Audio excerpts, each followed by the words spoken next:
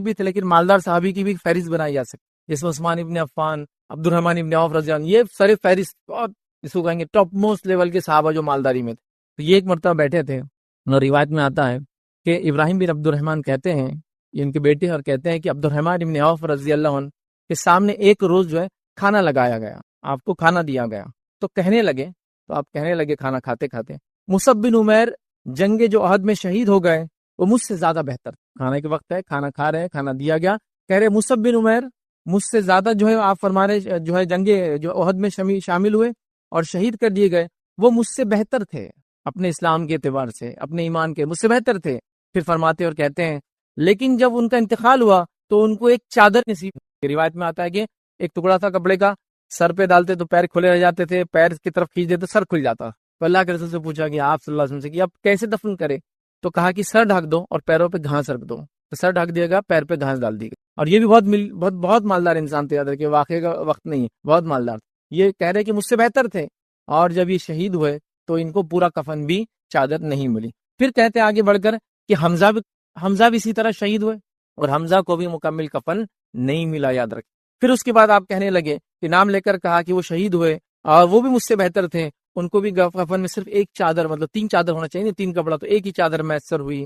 میں ڈرتا ہوں کہیں ایسا نہ ہو کہ عیش و آرام کا سامان ہمیں دنیا ہی میں دے دیا جائے.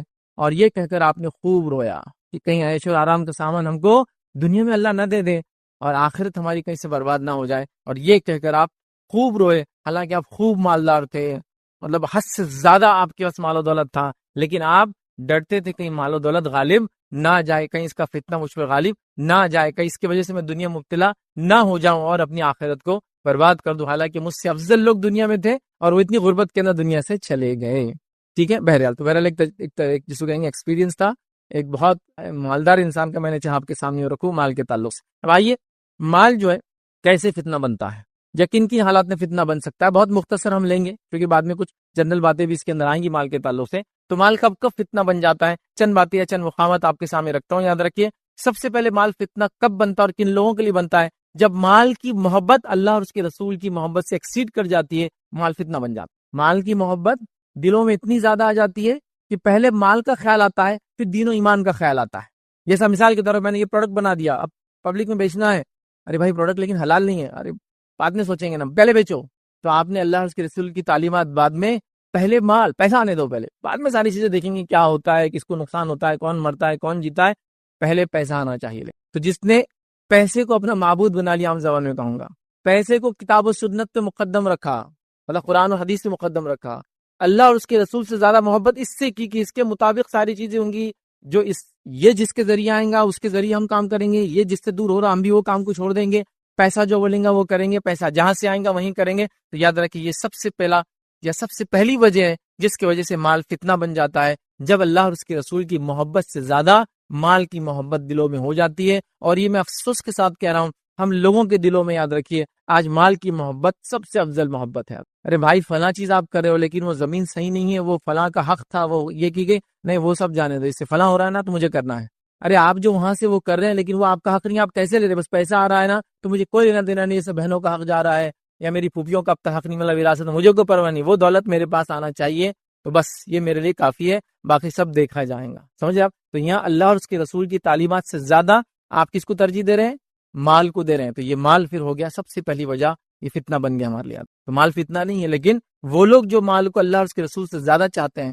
اب میں یہ نہیں کہوں گا کوئی منہ سے اس کو کوئی مسلمان بولے گا کہ میں نعوذ باللہ اللہ اور اس کے رسول سے زیادہ مال کو چاہتا ہوں، لیکن پریکٹیکلی اپنے عمل سے انسان شو کرتا ہے کہ میں زیادہ چاہتا ہوں. آپ سمجھ، مطلب آدمی بولتا نہیں. اس کی مثال میں دے سکتا ہوں، آپ نے کسی کو ادھار دیا، آپ مانگنے گئے اور اس کو دینا نہیں ہے، لیکن وہ بولنا بھی نہیں چاہتا، تو کیا بولتا آپ سب کو بتائیں؟ ارے انشاءاللہ دے دوں گا نا، کہاں جا رہے بات کر. لیکن سالوں سال صرف یہی بول رہا ہے، اس کو دینا نہیں ہے، لیکن یہاں مجھ سے بولتا ہے کہ میں نہیں دینا چاہتا ہوں. ارے بھائی کیسا نہیں دیں گے آپ کا پیسہ، اتنا حق حلال کا آپ نے کمایا، دینا ہی ہے. پتہ چلا 50 لوگ آ کے اس سے مانگتے اور 50 کو یہی بولتا ہے وہ، تو دینا نہیں ہے، تو یہاں بولتا نہیں ہے. تو کوئی مسلمان نہیں کہیں گا میرے دل میں اللہ اور اس کے رسول سے نعوذ باللہ زیادہ محبت، مال کی محبت ہے. لیکن پریکٹیکلی عمل سے پتہ چلتا ہے اتنی زیادہ گھر کر گئی ہے کہ زکوٰۃ نکالنے کو مشکل نظر آ رہا ہے. زکوٰۃ تو مال کا سب سے پہلا حق، یاد رکھیے، واجب اور فرض، یہ مالی عبادت ہے، یاد رکھیے. صدقات اس کے بعد نفلی عبادت ہے، یاد رکھیے، لیکن وہ بھی نکالنا مشکل جا رہا ہے، یاد رکھیے. اس کو بھی ہیلے اور بہانے تلاش کیے جا رہے یاد رکھیے، اور عجیب و غریب چیزیں بہرحال ہو رہی ہیں، تو یہ مال ایسے شخص کے لیے پھر فتنہ بن جاتا ہے یاد رکھیے۔ اور اللہ رب العزت نے جو میں نے شروعات میں آیت تلاوت کی یہی فرمایا کہ تمہاری اولاد اور تمہارا مال تمہارے لیے آزمائش، ایک ٹیسٹ ہے، ایک فتنہ ہے یاد رکھیے۔ تو اللہ اس کے رسول سے زیادہ مال کی محبت دلوں میں آج کل ہمارے ہو گئی یاد رکھیں۔ آئیے صحیح مسلم کی روایت ہے، نبی اکرم صلی اللہ علیہ وسلم فرماتے اور کہتے ہیں اگر ابن آدم کے لیے سونے کی ایک وادی دے دی جائے، اس میں اللہ کے رسول مال کی محبت بتا رہے ہیں کیسی ہوتی ہے، وہ کیسا گھر کر لیتی ہے اور کتنی عجیب ہوتی ہے۔ اگر ابن آدم کے لیے سونے کی ایک وادی ہو تب بھی وہ دوسری وادی کی خواہش کریں گا، دوسری ہونا چاہیے۔ پھر فرماتے ہیں اور اس کا منہ مٹی بھریں گی، اور اللہ تعالیٰ رجوع کرنے والوں ہی پر رجوع فرماتا ہے۔ تو یہاں آپ نے فرمایا کہ جب ابن آدم کو ایک وادی مل جائیں گی سونے کی تو وہ خواہش کرے گا کاش کی دوسری وادی ہو جائے۔ اور یہ ہر آدمی فیل کر سکتا ہے میں نے فلاں ٹارگٹ سیٹ کیا تو اپنے لائف میں اتنا اچیو کروں گا، وہ ہو گیا تو اب اس سے ڈبل کر لیتا ہوں، وہ ڈبل ہو گیا اس کو ڈبل کرتے چلے جاتا ہوں، ہے نا۔ تو فلاں چیز فلاں، تو یہ خواہش کبھی ہوتے نہیں۔ اللہ کے صرف ہمارے خبر کی مٹی جو منہ میں جائیں گی نا بس تبھی اس کی خواہشات ختم ہوں گی۔ تو پتہ چلا مال کی خواہش ہماری فطرت میں ہے اور وہ بہت شدید ہو جاتی ہے، تو لہٰذا کس کا کام ہے اس کو کنٹرول کرنا؟ میرا اور آپ کا کام ہے کہ اس کو ہم کنٹرول کرے، نفس کو دبائے، مال کے پیچھے پڑھ کر اللہ اور رسول کی تعلیمات کو ہم کہیں چھوڑ تو نہیں رہے، یہ دیکھنا ضروری ہے۔ دوسری روایت صحیح مسلم کی یہ بھی یاد رکھیے، اس میں اللہ کے رسول صلی اللہ علیہ وسلم فرماتے اور کہتے ہیں بوڑھے آدمی کا دل دو چیزوں کی محبت پر جوان ہی رہتا ہے ہمیشہ۔ بوڑھے آدمی کا دل بھی دو چیزوں کی محبت میں ہمیشہ جوان رہتا ہے۔ کیا فرماتے ہیں دو چیزیں کون کون سی؟ آپ فرماتے ہیں زندگی کی چاہت اور مال کی چاہت، یہ دونوں چیزوں پہ وہ جوان ہو جاتا فوراً۔ مطلب ایک آدمی بوڑھا ہو جائے تب بھی دو چیزوں کی اس کی خواہش ہمیشہ جوان رہتی، ایک کی مال کماتا جاؤں اور میری جوانی واپس آ جائے، عمر پیچھے چل جائے یا عمر رک جائے، یہ دو خواہشیں اس کے اندر تب بھی رہتی یاد رکھیں۔ تو پتہ چلا یہ خواہش ہمارے دل میں ہوتی ہے، مال کی محبت ہمارے دل میں ہے، ہم کو اس کو کنٹرول کرنا ہے، اس کو لمٹ میں لانا ہے، اس کی حق ادا کرنا ہے، اس کے ذریعے اپنی نفس کو ہلاکت سے بچانا ہے، نہ کہ اس کے ذریعے ہلاکت میں ڈالنا۔ یاد رکھیے اس بات کو ہم سمجھے تو پہلی چیز اللہ اور اس کے رسول سے زیادہ مال سے محبت کرنا ہلاکت کا باعث۔ دوسرا یاد رکھیے ہلاکت کا باعث مال کب بنتا ہے، وہ یہ یاد رکھیے حلال اور حرام کی تمیز کیے بغیر مال کمانا۔ الحمدللہ اس پہ ایک پورا ٹاپک ہم نے رکھا ہے، حرام مال جس کو حلال سمجھ کے کمایا جا رہا ہے۔ بہرحال تو حلال اور حرام کی تمیز کیے بغیر مال کو کمانا، یہ مال بھی یہ فتنے کا باعث ہے، ہلاکت کا باعث ہے۔ مطلب انسان ارن کر رہا ہے لیکن وہ بغیر سوچے سمجھے کہ کہاں سے آ رہا ہے، کیسے آ رہا ہے، وہ کوئی چیز سوچنا نہیں، بس آ رہا ہے تو آنے دو۔ اس معاملے میں کوئی سوچ وچار کرنے کی ضرورت نہیں، جیسا بھی آ رہا ہے، چوری کے ذریعے آ رہا ہے، لوٹ کھسوٹ کے ذریعے آ رہا ہے، ڈاکہ ڈالنے کے ذریعے آ رہا ہے، رشوت خوری کے ذریعے آ رہا ہے، غلط مال بیچ کر آ رہا ہے، دھوکہ دے کر آ رہا ہے، جھوٹ بول کر آ رہا ہے، اللہ کی جھوٹی قسم کھا کر آ رہا ہے، بس پیسہ آ رہا ہے نا تو پھر اس کو آنے دو۔ بغیر حلال اور حرام کی تمیز کیے کہ مال کو حاصل کرنا یہ فتنہ ہے، یہ میرے اور آپ کے لیے ہلاکت کا باعث ہے۔ اور اکثر ہمارے یاد رکھیے محنتیں ہو رہی ہے لیکن رانگ ڈائریکشن میں ہوتی۔ میں آپ کو اگر ایک سوال کروں کہ ایک دروازہ جس پہ پل لکھا ہوا ہے ٹھیک اور اس کو پوری رات بھی پش کریں گے تو اس سے کچھ فائدہ ہوگا نہیں ہونے والا، یاد رکھیں۔ تو یہ بات کو سمجھنا ضروری یاد رکھیں کہ حرام حرام ہے، محنت کرنے سے حرام حلال نہیں ہو جاتا۔ کئی لوگوں کو یہ ہوتا ہے بولا تھا جس حرام ہے تو کیا بولتا ہے ارے محنت کر رہے ہیں اس کے لیے، تو شراب بنانے والا بھی دن رات محنت کر رہا ہے، پسینہ بہا رہا ہے، کیا کچھ نہیں کر رہا، تو کیا وہ محنت جائز ہوئی؟ اس نے غلط جگہ محنت کی، اس لیے وہ محنت کا اس کو فائدہ نہیں ملے گا، بلکہ محنت اس کو نقصان کا دنیا اور آخرت میں نقصان کا باعث بنے گی۔ تو لہٰذا حلال اور حرام کی تمیز ہم بھی سیکھیں، حلال حرام کی تمیز اپنے بچوں کو سکھائیں، حلال حرام کی تمیز ہر کسی کو ہونا چاہیے یاد رکھے، تاکہ حرام کے لقمے سے ہم بچے۔ حرام کا لقمہ یا حرام کمائی بہت نقصان کرتی ہے یاد رکھے، ایک تو فتنہ تو بن جاتی ہے اور اتنا نقصان کرتی ہے کہ اللہ رب العزت ہماری دعاؤں کو بھی قبول نہیں کرتا ہے۔ صحیح مسلم کی روایت ہے، نبی اکرم صلی اللہ علیہ وسلم فرماتے ایک شخص ہے اور وہ گم گیا، کچھ نہیں اس کے پاس، مطلب آدمی کی حالت کیا ہوں گی، اور اس کے سر کے بالوں میں اور داڑھی میں سب دھول بھر گئی، پاکستان میں دھول بہت اڑتی ہے، دھول بھر گئی، پراگندہ اس کے سر کے بال اور داڑھی کے بال ہے، اور وہ اپنے دونوں ہاتھ کو اٹھا کر یا رب دعا کرتا ہے، اے میرے رب، اے میرے، مطلب مدد کی گہار لگاتا ہے کہ میری مدد کی۔ اللہ کے رسول فرماتے ہیں کہ اللہ تعالیٰ فرماتا ہے میں اس کی مدد کیسے کروں، میں اس کی مدد کیسے کروں، اس کا کھانا حرام، اس کا پینا حرام، اس کا پہننا حرام، کیونکہ کمایا حرام تو پھر کھایا بھی حرام اور پیا بھی حرام اور پہنا بھی حرام، تو میں کیسے اس کی دعائیں قبول کروں؟ تو دعائیں قبول نہیں ہوتی یاد رکھیے حرام کمائی کی وجہ سے۔ ٹھیک ہے، خیر حرام کمائی کے نقصانات کیا تو ٹاپک نہیں ہے، لیکن یہ نقصان ہوتا ہے اس کا۔ تو ہم مال کے فتنے میں جب مبتلا ہوتے ہیں، جب حلال اور حرام کی تمیز ہم چھوڑ دیتے، یاد رکھیے صحیح بخاری کی روایت ہے، نبی اکرم صلی اللہ علیہ وسلم فرمایا لوگوں پر ایک وقت آئیں گا کہ آدمی پرواہ نہیں کرے گا کہ اس نے کس طریقے سے مال حاصل کیا ہے، حلال طریقے سے یا حرام طریقے سے۔ ایک زمانہ آئیں گا، اللہ کے رسول صلی اللہ علیہ وسلم پریڈکٹ کر چکے تھے کہ آدمی کیسے کمائیں گا، وہ اس کی تمیز نہیں کرے گا، چاہے حلال سے آؤ حرام سے آؤ، اصل چیز ہوں گی مال آتا رہے، پیسہ ڈراپ ان ہوتا رہے، اکاؤنٹ فل ہوتا رہے، بس یہ اصل ہے. اور یہی مال کی ہوڑ نے آج اکثر لوگوں کو انسانیت کے قتل کرنے پر، ان کو برباد کرنے پہ آمادہ کیا ہے. کتنے ایسے ذرائع جو حرام ہے لیکن وہ مسلمانوں میں اس کو بیچا جا رہا ہے، اس کو بنایا جا رہا ہے، اس کو کھایا جا رہا ہے، اس کو پیا جا رہا ہے. اور کرنے والے کو نصیحت کر دو، کہتا نہیں بھائی پیسے آ رہا نا جب تک تو چیزیں چلنے دو، بعد میں دیکھا جائے گا. یا پھر ایک غلط سوچ، وہ سوچ کا ازالہ بھی کرتا ہوں، یہ ہے کہ اگر میری انکم حرام ہے اور میں اس کو زیادہ سے زیادہ اللہ کے راہ میں خرچ کروں تو وہ کمپنسیٹ ہو جائیں گی. تو اللہ تعالیٰ یاد رکھیے حرام کو پسند ہی نہیں کرتا، حرام صدقہ بھی قبول نہیں کرتا. لہٰذا کچھ لوگوں کی تھاٹ ہوتی ہے نا، تو رشوت لے لوں گا تو ادھر صدقہ بھی کر دوں گا. رشوت لینا ہی حرام ہے، صدقہ بعد میں دیکھا جائے گا، چونکہ وہ قبول ہی نہیں ہوتا، چونکہ وہ حرام طریقے سے کیا گیا. یاد رکھیے یہ بات سمجھنا ضروری. یاد رکھیے دو شخص تھے، آگے ایک انار لے کر ایک شخص جا رہا تھا. تو ایک شخص نے کیا کیا، انار کی ٹوکری میں سے ایک انار اٹھا لیا، اور دوسرے شخص نے کہا بھائی یہ تو چوری ہے، آپ نے انار اٹھا لیا. تو کہا ارے دیکھو ابھی کیا کرتا ہوں. کہا اچھا کیا کرتے؟ آگے جا کے اس نے فقیر کو دیا اور کہا دیکھو یہ فقیر کے انار لے کر کھا سکتا تھا، نہیں نا، تو میں نے اس کی مدد کی. لیکن انہوں نے کہا یہ تو ٹھیک ہے تم نے اس کی مدد کی، لیکن پہلا جو کام کیا چوری، وہ تو حرام ہے نا. ہم کیا کر رہے ہیں؟ نہیں ٹھیک ہے حرام تو ہے لیکن اس کو ایڈجسٹ کر لیں گے، نہیں وہ تو ٹھیک ہے اللہ کے راہ میں خرچ کر دیں گے، مسجد تعمیر کر دیں گے. کیسا ہوں گی مسجد تعمیر؟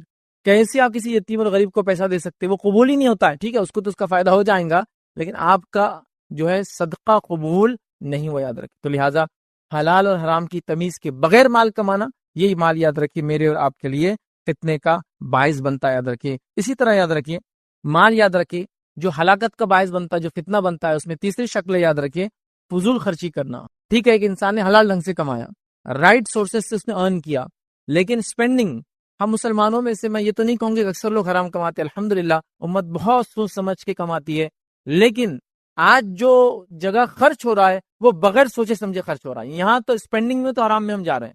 ٹھیک ہے میں نے بہت محنت سے ارن کیا، محنت سے کمایا، الحمدللہ بہت اچھی بات ہے، لیکن خرچ میں ہم بالکل نہیں سوچ رہے ہیں. ایک قلیل تعداد جو حرام کما رہی ہے، حلال اور حرام دونوں جگہ خرچ کر رہی ہے، لیکن ایک بڑی تعداد جو الحمدللہ حلال ہی کما رہی ہے لیکن خرچ میں کوئی تمیز نہیں کر رہی ہے. تو یاد رکھو جیسا حلال کمانا ضروری ہے ویسے حلال خرچ کرنا بھی ضروری. تو آج خرچ صحیح جگہ نہیں کیا جا رہا ہے، عام زبانوں کے فضول خرچی میں ڈالا جا رہا ہے، اور نہ جانے کہاں کہاں یاد رکھیے کن کن جگہوں پر مال کا استعمال ہو رہا ہے، اور یہ مال میرے اور آپ کے لیے یاد رکھیے ہلاکت کا باعث بن جا رہا ہے. یاد رکھیے اللہ رب العزت نے قرآن نے فرمایا اور کہا، سورہ اعراف سورہ نمبر 7 آیت نمبر 31 میں اللہ فرماتا اور کہتا ہے کلوا واشربوا ولا تسرفوا. اللہ فرماتا اور کہتا ہے کھاؤ اور پیو اور اسراف مت کرو، بیجا خرچ مت کرو.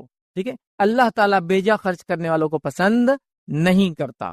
تو بیجا خرچ کرنا، اسراف کرنا شریعتاً حرام ہے. تو ایسے لوگوں کے لیے بھی مال فتنہ بن جاتا ہے جو الحمدللہ ارننگ تو حلال جگہ سے کر رہے ہیں لیکن سپینڈ کے اندر، خرچ کرنے کے اندر کوئی تمیز نہیں رکھ رہے ہیں، اور جہاں چاہے وہاں خرچ کر رہے ہیں. میں تو اتنی مثالیں اس کی آج دے سکتا ہوں، بس جہاں چاہے من مانے ڈھنگ سے خرچ کر رہے ہیں. مطلب جس کو میں کہوں گا جو نہیں ہے وہ بھی خرچ کر رہے ہیں. فضول خرچی تو تب ہوں گی جب ہے اور خرچ کر رہے ہیں. حال یہ ہے جو نہیں ہے وہ بھی خرچ کر رہے ہیں. نہیں ہے سے مراد کیا ہے؟ ادھار لے لیا اور خرچ کر رہے ہیں. وہ کریڈٹ کارڈ لے لیے، اب وہ تو خرچ کرتے وقت بہت اچھا لگتا ہے، اس میں جو کچھ جیب سے تو کچھ جاتا نہیں، پھوٹی کوڑی.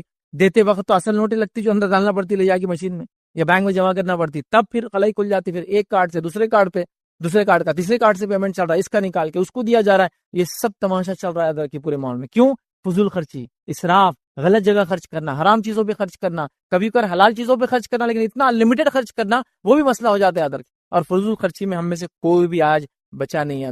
اتنا زیادہ ہو گیا، اتنا زیادہ. جہاں خرچ کرنا ہے وہ محتاج تو بھی انتظار ہی کر رہے ہیں کہ بھائی کچھ ہو جائے تو ہمارا بھی بیڑا پار ہو جائے. اللہ نے جو مالداروں کے دولت میں ہمارا بھی حق رکھا ہے تو کچھ اس میں سے مل جائے. اور ہم لوگوں کا حال یاد رکھیے کہ اسراف کر کر کے، پیسہ خرچ کر کر کے پریشان ہے. اور اس میں دوڑ بھی لگی ہے، سب کی دوڑ ہے نا، چونکہ آپ نے خرچ کیا تو میں پیچھے کیسے رہ سکتا ہوں؟ میں بھی تو اتنا ارن کرتا ہوں جتنا آپ کماتے ہیں، اور پھر میں بھی وہ کرنے کے چکر میں لگاؤں. لیکن میں نے یہ نہیں دیکھا کہ فلاں آدمی نمازی ہے، نمازوں میں اتنا آگے ہے، صدقہ کرتا ہے، صدقات میں اتنے آگے، تو میں بھی اس سے آگے جاؤں. وہاں میرا کوئی کمپٹیشن نہیں ہے، میں اس سے کمپیٹ بھی نہیں کرنا چاہتا ہوں، اور وہ میرے ایریے سے باہر ہے. میرا کمپٹیشن ان سے، جس نے گاڑی پہ دوسری گاڑی تو میں بھی ایک گاڑی لوں گا اور دوسری کی تیاری. گھر پہ دوسرا گھر بنایا تو میں بھی دوسرا گھر بناؤں گا. مالے پہ دوسرا مالا چڑھایا تو میں بھی ایک مالا چڑھاؤں گا. یہ میرا کمپٹیشن ہے، اور اس میں پھر کوئی حلال حرام کی تمیز نہیں ہے. پیسہ کہاں سے آ رہا اس کی تمیز نہیں ہے، اگر صحیح جگہ سے آ رہا تو کہاں خرچ ہو رہا اس کی تمیز نہیں ہے. اور عجیب و غریب یاد رکھے دنیا میں لوگوں کا حال ہے. میں گزارش یہ کر سکتا ہوں، دیکھیے ایک تو وہ ہے جس کو اللہ نے مال و دولت دے رکھا ہے اور وہ اپنے نفس پہ خرچ کرتا ہے، تو شریعت اس کو پکڑ نہیں کرتی. لیکن اس شخص کو بھی میں نصیحت کروں گا، اگر اس میں سے بھی وہ زیادہ اپنے اوپر نہ خرچ کرتے ہوئے ان مصارف میں ان جگہوں پہ خرچ کرے جہاں مستحقین اور لوگ ضرورت مند ہیں، تو اس کے لیے سونے پر سہاگا ہے کہ ایک تو کمایا بھی حلال، خرچ بھی حلال کر رہا ہے، لیکن حلال خرچ میں سوچ رہا ہے کہ نہیں یہاں نہیں کرتا ہوں، چلو اس کو دے دیتا ہوں، اس کا بیڑا پار کر دیتا ہوں، اس کی مدد کر دیتا ہوں، یہ چیز بنا دیتا ہوں، یہ کر لیتا ہوں، دنیا اور آخرت میں کام آئیں گے انشاءاللہ، یہ کرتا ہوں، یہ اس کے لیے افضل اور بہتر ہے، افضل اور بہتر ہے، یاد رکھے۔ لیکن ٹھیک ہے، اس کے لیے جائز ہے، اگر وہ خرچ کرنا چاہے اپنے نفس پر تو وہ کر سکے، لیکن دوسرا وہ انسان جو کما نہیں رہا ہے اتنا، پھر وہ ادھار لے کر یہ کام کرتا ہے، تو یہ مال تو یقیناً اس کے لیے بہت بڑا فتنہ بن جاتا ہے۔ اور آج کل یہ ہو رہا ہے کہ وہ فلاں شخص نے کیا تو میں ہی کر رہا ہوں، تو دیکھیے اس کی انکم الگ ہے، وہ اللہ نے اس کو مال و دولت دے رکھا ہے، وہ جہاں یہاں خرچ کرتا ہے تو اللہ کی راہ میں بن مٹی کئی جگہ خرچ کرتا ہے، تو تم ایسا اس کے ساتھ کمپیٹ کر ہی کیوں رہے ہو؟ ابھی ایک نیا فلسفہ چلا ہے، فلسفی چلی، وہ کیا ہے کہ اللہ تعالیٰ نے اگر سب کو برابر بنا دیا ہوتا تو کتنا اچھا ہوتا تھا نا، تو یہ مسئلے ہی نہیں ہوتے تھے، غربت اور مالداری اور فلاں اور فلاں۔ تو آئیے میں چھوٹی سی بات آپ کو بتاتا ہوں کہ اللہ تعالیٰ اگر سب کو برابر بنا دیتا، کچھ لوگ کبھی کرتے نعوذ باللہ کوستے بھی تقدیر کو، کیا اللہ تعالیٰ نے ایسا کیا، تو اگر سب کو برابر بنا دیتا کیا دنیا میں حال ہوتا؟ اس کے لیے میں ایک چھوٹی سی مثال دوں گا۔ بہت پہلے جب میں چھوٹا تھا تو ایک کارٹون میں نے دیکھا تھا، اس کارٹون کی مثال دیتا ہوں، اس میں ایک اچھا واقعہ بتایا تھا۔ اس میں ایک جن رہتا، کارٹون ہے میرا، جن رہتا اور جن کے ساتھ اس کا ایک دوست رہتا طوطا۔ اب ہوتا یہ کہ وہ جن اور طوطا اچھے دوست رہتے تھے۔ ایک بار طوطا بولتا تیری جو طاقت ہے اتنی زیادہ ہے، اگر میرے پاس ہوتی نا تو میں تو فلاں فلاں فلاں فلاں کر دیتا ہوں۔ جن احساس کمتری میں آ جاتا ہے اور اپنی طاقتیں تھوڑی ایک دن کے لیے طوطے کو دے دیتا ہے، جاؤ جو کرنا ہے کرو۔ اب طوطے میاں نکلتے ہیں اور بس جادو کی چھڑی، لوگ آتے پیسہ چاہیے پیسہ چاہیے، اتنا پیسہ کیوں بولتے شہر میں پیسہ برس جائے تو ایسے ہیرے برس رہے، موتی برس رہے، پیسے برس رہے، لوگ اس کو لوٹ رہے۔ اب یہ ہو گیا تھوڑے دن، ایک دو گھنٹے بعد ایک آدمی آتا بیمار رہتا ہے، بھائی میرے گھر میں بیمار ہے، کوئی اس کو اٹھا کے لے کے چلو، تو دوسرا بولتا میں بھی تو تیرے اتنا مالدار ہوں، ہر آدمی ایسا پیسے ہاتھ میں سونا چاندی ہیرے لے کے گھوم رہا ہے ایک کپڑا خریدنے، لیکن وہ بولا اب دو لاؤ ایسے بھر کر، کیونکہ کیا ہو گیا، پیسہ ڈی ویلیو ہو گیا، پیسے کے عام ہونے سے اس کی ویلیو ختم ہو جاتی، معلوم اس کا ٹیسٹ ختم ہو جاتا ہے، اس سے دنیا چل ہی نہیں سکتی ہے۔ یہ سسٹم دنیا کا چلیں گے نہیں جب تک مالدار اور غریبی والا سسٹم نہیں چلے گا۔ یہ اللہ نے اپنے حکمت سے بنایا ہے، غریب کو غریب اس کے گناہوں کی وجہ سے نہیں بنایا، اور مالدار کو مالدار اس کے نیکی کی وجہ سے نہیں بنایا، دونوں کو ایک دوسرے کے ٹیسٹ بنایا، مالدار سے غریبوں کو ٹیسٹ کر رہا ہے، غریبوں سے مالدار کو ٹیسٹ کر رہا ہے، یہ اس کے ٹیسٹنگ ہے۔ یہ سب مالدار ہو گئے تو پھر اس کے بعد پورے شہر کے لوگ جمع ہوتے، طوطے کو اتنا مارتے اور اس کو بولتے واپس جس کے پاس صلاحیت تھی جن کی اس کو دے دو، اور جن پھر اس کو واپس کی صلاحیت مل جاتی۔ تو گویا ایسا ہو ہی نہیں سکتا ہے دنیا میں۔ تو اب اصل چیز تو یاد رکھی، خرچ خرچ خرچ، ریکویسٹ کروں گا خرچ کو صحیح جگہ، اللہ نے دیا بھی ہے تو احتیاط کر کے اپنے لمٹ میں رہ کر آس پاس کے حالات کو دیکھتے ہوئے زیادہ سے زیادہ اس پہ خرچ کرے، لیکن جائز ہے، میں سے انکار نہیں کروں کہ آپ مالدار ہیں تو آپ کے لیے خرچ کرنا جائے، لیکن فضول خرچی سے بچنا بے حد ضروری۔ اب فضول خرچی کی بات ہے تو یہاں یہ بات ہی بتا دو، فضول خرچی کا پیمانہ سب کے لیے برابر نہیں ہوتا۔ اگر آپ پوچھیں گے فیض بھائی 100 روپے خرچ کرنا فضول خرچی ہے کہ ہوٹل میں جا کے، تو کسی کے لیے ہاں بھی ہو سکتا ہے اور کسی کے لیے میں نہ بھی جواب دے سکتا، کیونکہ فضول خرچی کا پیمانہ اس کے انکم پر اور اس کی حیثیت پر ڈیپینڈ ہے۔ جیسے مثال کے طور پر ایک مالدار انسان 5 اسٹار ہوٹل میں جائے 10,000 کا کھانا کھائے، کبھی کبھار اس کے لیے فضول خرچی نہیں ہو سکتا، سمپل نہیں ہو سکتا۔ لیکن وہیں میں پوری زندگی لگا دوں، اس کی ٹوپی اس کے سر پہ ڈالوں اور فلاں کروں اور پھر جا کے وہاں کھاؤں، یہ فضول خرچی میں آ گیا۔ تو آپ کہاں اس نے بھی 10,000 خرچ کیا، میں نے بھی 10,000 خرچ کیا، میرے 10,000 خرچ کرنے کو فضول خرچی میں کاؤنٹ کر رہے ہیں آپ، اس کے 10,000 کو جائز بول رہے۔ اللہ نے اس کو جو مال و دولت دی تھی وہ اس کے اعتبار سے خرچ کر رہا ہے۔ جیسا صحابہ میں ایسے صحابہ بھی تھے جن کی محلات تھے، ایسے صحابہ بھی تھے جن کی جھوپڑیاں بھی تھی، نہ انہوں نے ان کو تانا مارا نہ انہوں نے ان کو کچھ بولا، دونوں خوشی خوشی رہ رہے تھے۔ سمجھ رہے آپ بات کو؟ تو لہٰذا جس کے پاس جو انکم ہے اس کی ویسی ایکسپینس رہیں گا، وہ مسئلہ نہیں ہے۔ فضول خرچی یاد رکھیے اس کا پیمانہ ہر کسی سے بدلیں گا، تو آپ سمجھ لیجیے آپ کے لیے کیا فضول خرچی ہو سکتی ہے۔ جیسا سب کچھ لگا کے میں فلاں چیز لینا چاہتا ہوں، ایک گاڑی، سب کچھ زندگی کا لگا دیا اس کے لیے، اس کی کیا ضرورت ہے وہ بھی کسی اور کو بتانے کے لیے، بڑا عجیب معاملہ ہے۔ تو فضول خرچی میں ہم لوگ بہت ایک دوسرے سے کمپیٹ کر رہے ہیں۔ میں گزارش کروں گا آپ نیکی میں کمپیٹ کریں، صحیح جگہ خرچ کرنے میں کمپیٹ کریں، اور یہاں کوئی دوسرے کو کمپیٹ کرنا بھی نہیں چاہتا۔ ایسا فار ایگزامپل میں آ گیا ایک مالدار حلقے میں رہتا ہوں، سمجھو ایلیٹ کلاس میں ہوں، بہت مالدار لوگ شہر کے رہتے ہیں، تو حالت یاد رکھیے کہ مالدار ہو کے بھی ہم سب غریب ہیں، مطلب اس حلقے کے اندر بھی، کیونکہ ہر کسی کی نظر دوسرے کے اوپر ہے خالی۔ مالداری اصل کیا ہوتی ہے معلوم آپ کو، یہ بات بھی بتا دوں، مالداری نفس کی مالداری ہوتی ہے۔ آپ نے کہا الغنا غنا نفس، دل سے مالدار ہونا چاہیے آدمی نے، پیسے سے نہیں ہوتا آدمی مالدار، کو بھی دل سے ہوتا ہے۔ تو یہاں مالدار تو ہوں، آپ کسی کے پاس میں نے دیکھ لیا کہ کل تک یہ کچن تھا، آج یہ کچن ہے، وہ کچن سے اندازہ ہوگا گاڑی کون سی اس کے پاس، اب میں لگ گیا یہ گاڑی حاصل کرنے کے لیے، لیکن میں نے کبھی اس کی مسجدوں کی تعمیر، مدارس پہ خرچ، یتیموں کو دینا، مسکینوں کی مدد کرنا، مسافروں کے لیے فلاح کرنا، بیماروں کے لیے وہ نہیں دیکھا۔ اب میں لگ گیا اس کے پیچھے دوڑ میں کہ مجھے بھی ایسا کچن ہاتھ میں چاہیے جو یہ برانڈ کا ہو، اس کی ضرورت نہیں تھی، اور پھر اب میں کیا کر رہا ہوں، فضول خرچی کی طرف جا رہا. تو الحمدللہ امت مسلمہ میں اکثر لوگ حلال کماتے ہیں، لیکن فضول خرچی کا پیمانہ بہت ہو چکا ہے. یاد رکھیے اس کے کئی، جس کو کہتے ہیں مظہر، جس کو بولتے ہیں جہاں ہم دیکھ سکتے ہیں. یاد رکھیے میں مثالیں دے سکتا ہوں. ہمارے لباس، ہمارے گاڑی، ہماری شادی بیاہ، ہمارے خام و خواہ کے آؤٹنگز کے خرچ اس لمٹ میں اور اس حد پہ ہو گئے جس کی کوئی امتحان نہیں. اننیسری چیزوں کو بس مہینے 2 مہینے 4 مہینے سال بھر میں بدلنا گیجٹس کو، اس لیے کہ بھائی نیا گیجٹ آ گیا تو پھر کیسا ہوں گا. پرانا تو پرانا ہی ہو نا. اتنا پرانا لوگ کیسے نام رکھیں گے بھائی اتنے بڑے سیٹ ابھی تک جو ہے 15 نمبر کا استعمال کرے، 16 نمبر کا آ گیا، 17 کی تیاریاں چالو ہیں. ہاں ادھر 25 لانچ ہو گیا، ادھر 26 آنے والا ہے، تم ابھی بھی جو ہے 22 استعمال کر رہے، کیسا ہو سکتا ہے نا. ماڈل دیکھتے ہیں نا سر ایک دوسرے کو، اور میں تو اچیومنٹ کے لیے انتظار ہی کر رہا ہے کہ یہ میرا اسٹیٹس کب جائے گا کہ میں یہ نمبر سال کے حساب سے ہینڈ سیٹس لوں گا. یہ سب ہو رہا ہے یاد رکھ. تو فضول خرچی یاد رکھیے، اس کی سب پیمانے ہیں، اس کے لیے ساری پلاننگ ہے، اس کے لیے ساری کوششیں یاد رکھیے. اور یہاں ہم کر رہے ہیں، پھر اس نے گھر بنایا تو مجھے گھر بنانا ہے. فضول خرچی سے بچیے. یاد رکھیے بڑی اہم چیزیں یاد رکھیے. اللہ تعالیٰ نے کہا کھاؤ پیو اور اسراف مت کرو. اسی طرح یاد رکھیے دوسری جگہ جو ہے اللہ رب العزت قرآن فرماتا ہے، کہتا ہے اور رشتہ داروں اور مسکینوں اور مسافروں کو ان کا حق دو اور مال کو بیجا خرچ نہ کرو، بے شک بیجا خرچ کرنے والے شیطان کے بھائی ہے.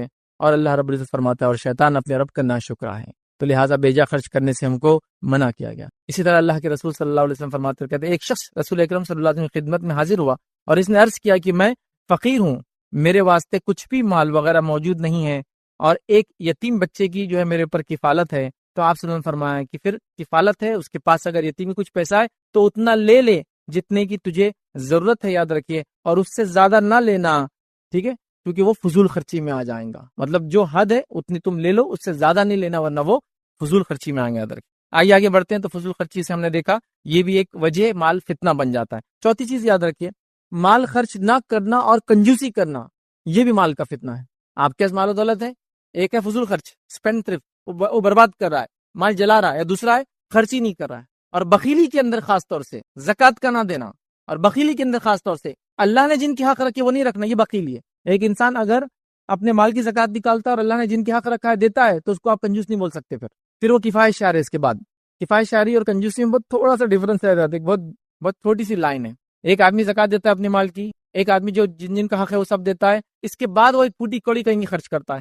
مطلب بیوی بچوں کا حق کھلا رہا ہے، پلا رہا ہے، اچھا رکھ رہا ہے، اللہ نے جو حق رکھا زکوٰۃ دے رہا ہے، ضرورت پڑی امت کو جب پال خرچ کر رہا ہے، لیکن سادہ سیدھا لباس ہے، سادہ سیدھا آج بھی گھر ہے اس کا، کوئی مطلب ایسا گھر نہیں کہ لوگ کہے کہ یہ وہ مالدار شخص ہے، سادی سیدھی گاڑیوں میں رہ رہا ہے، تو آپ اس کو کنجوس نہیں بول سکتے. بہت سے لوگ بولتے ہیں نا ارے اتنا مال ہے اس نے جلائیں گا بھی نہ پورا تو 7 پیڑھیوں تک چلیں گا، لیکن دیکھو گاڑی نہیں، میرے پاس رہتا نا تو میں بتاتا پھر کائے میں گھومتا اور کیا کرتا. تو یہ کنجوس نہیں ہے، یہ آدمی کنجوس نہیں. کنجوس کون ہے؟ جو اللہ کا حق بھی نہ دے.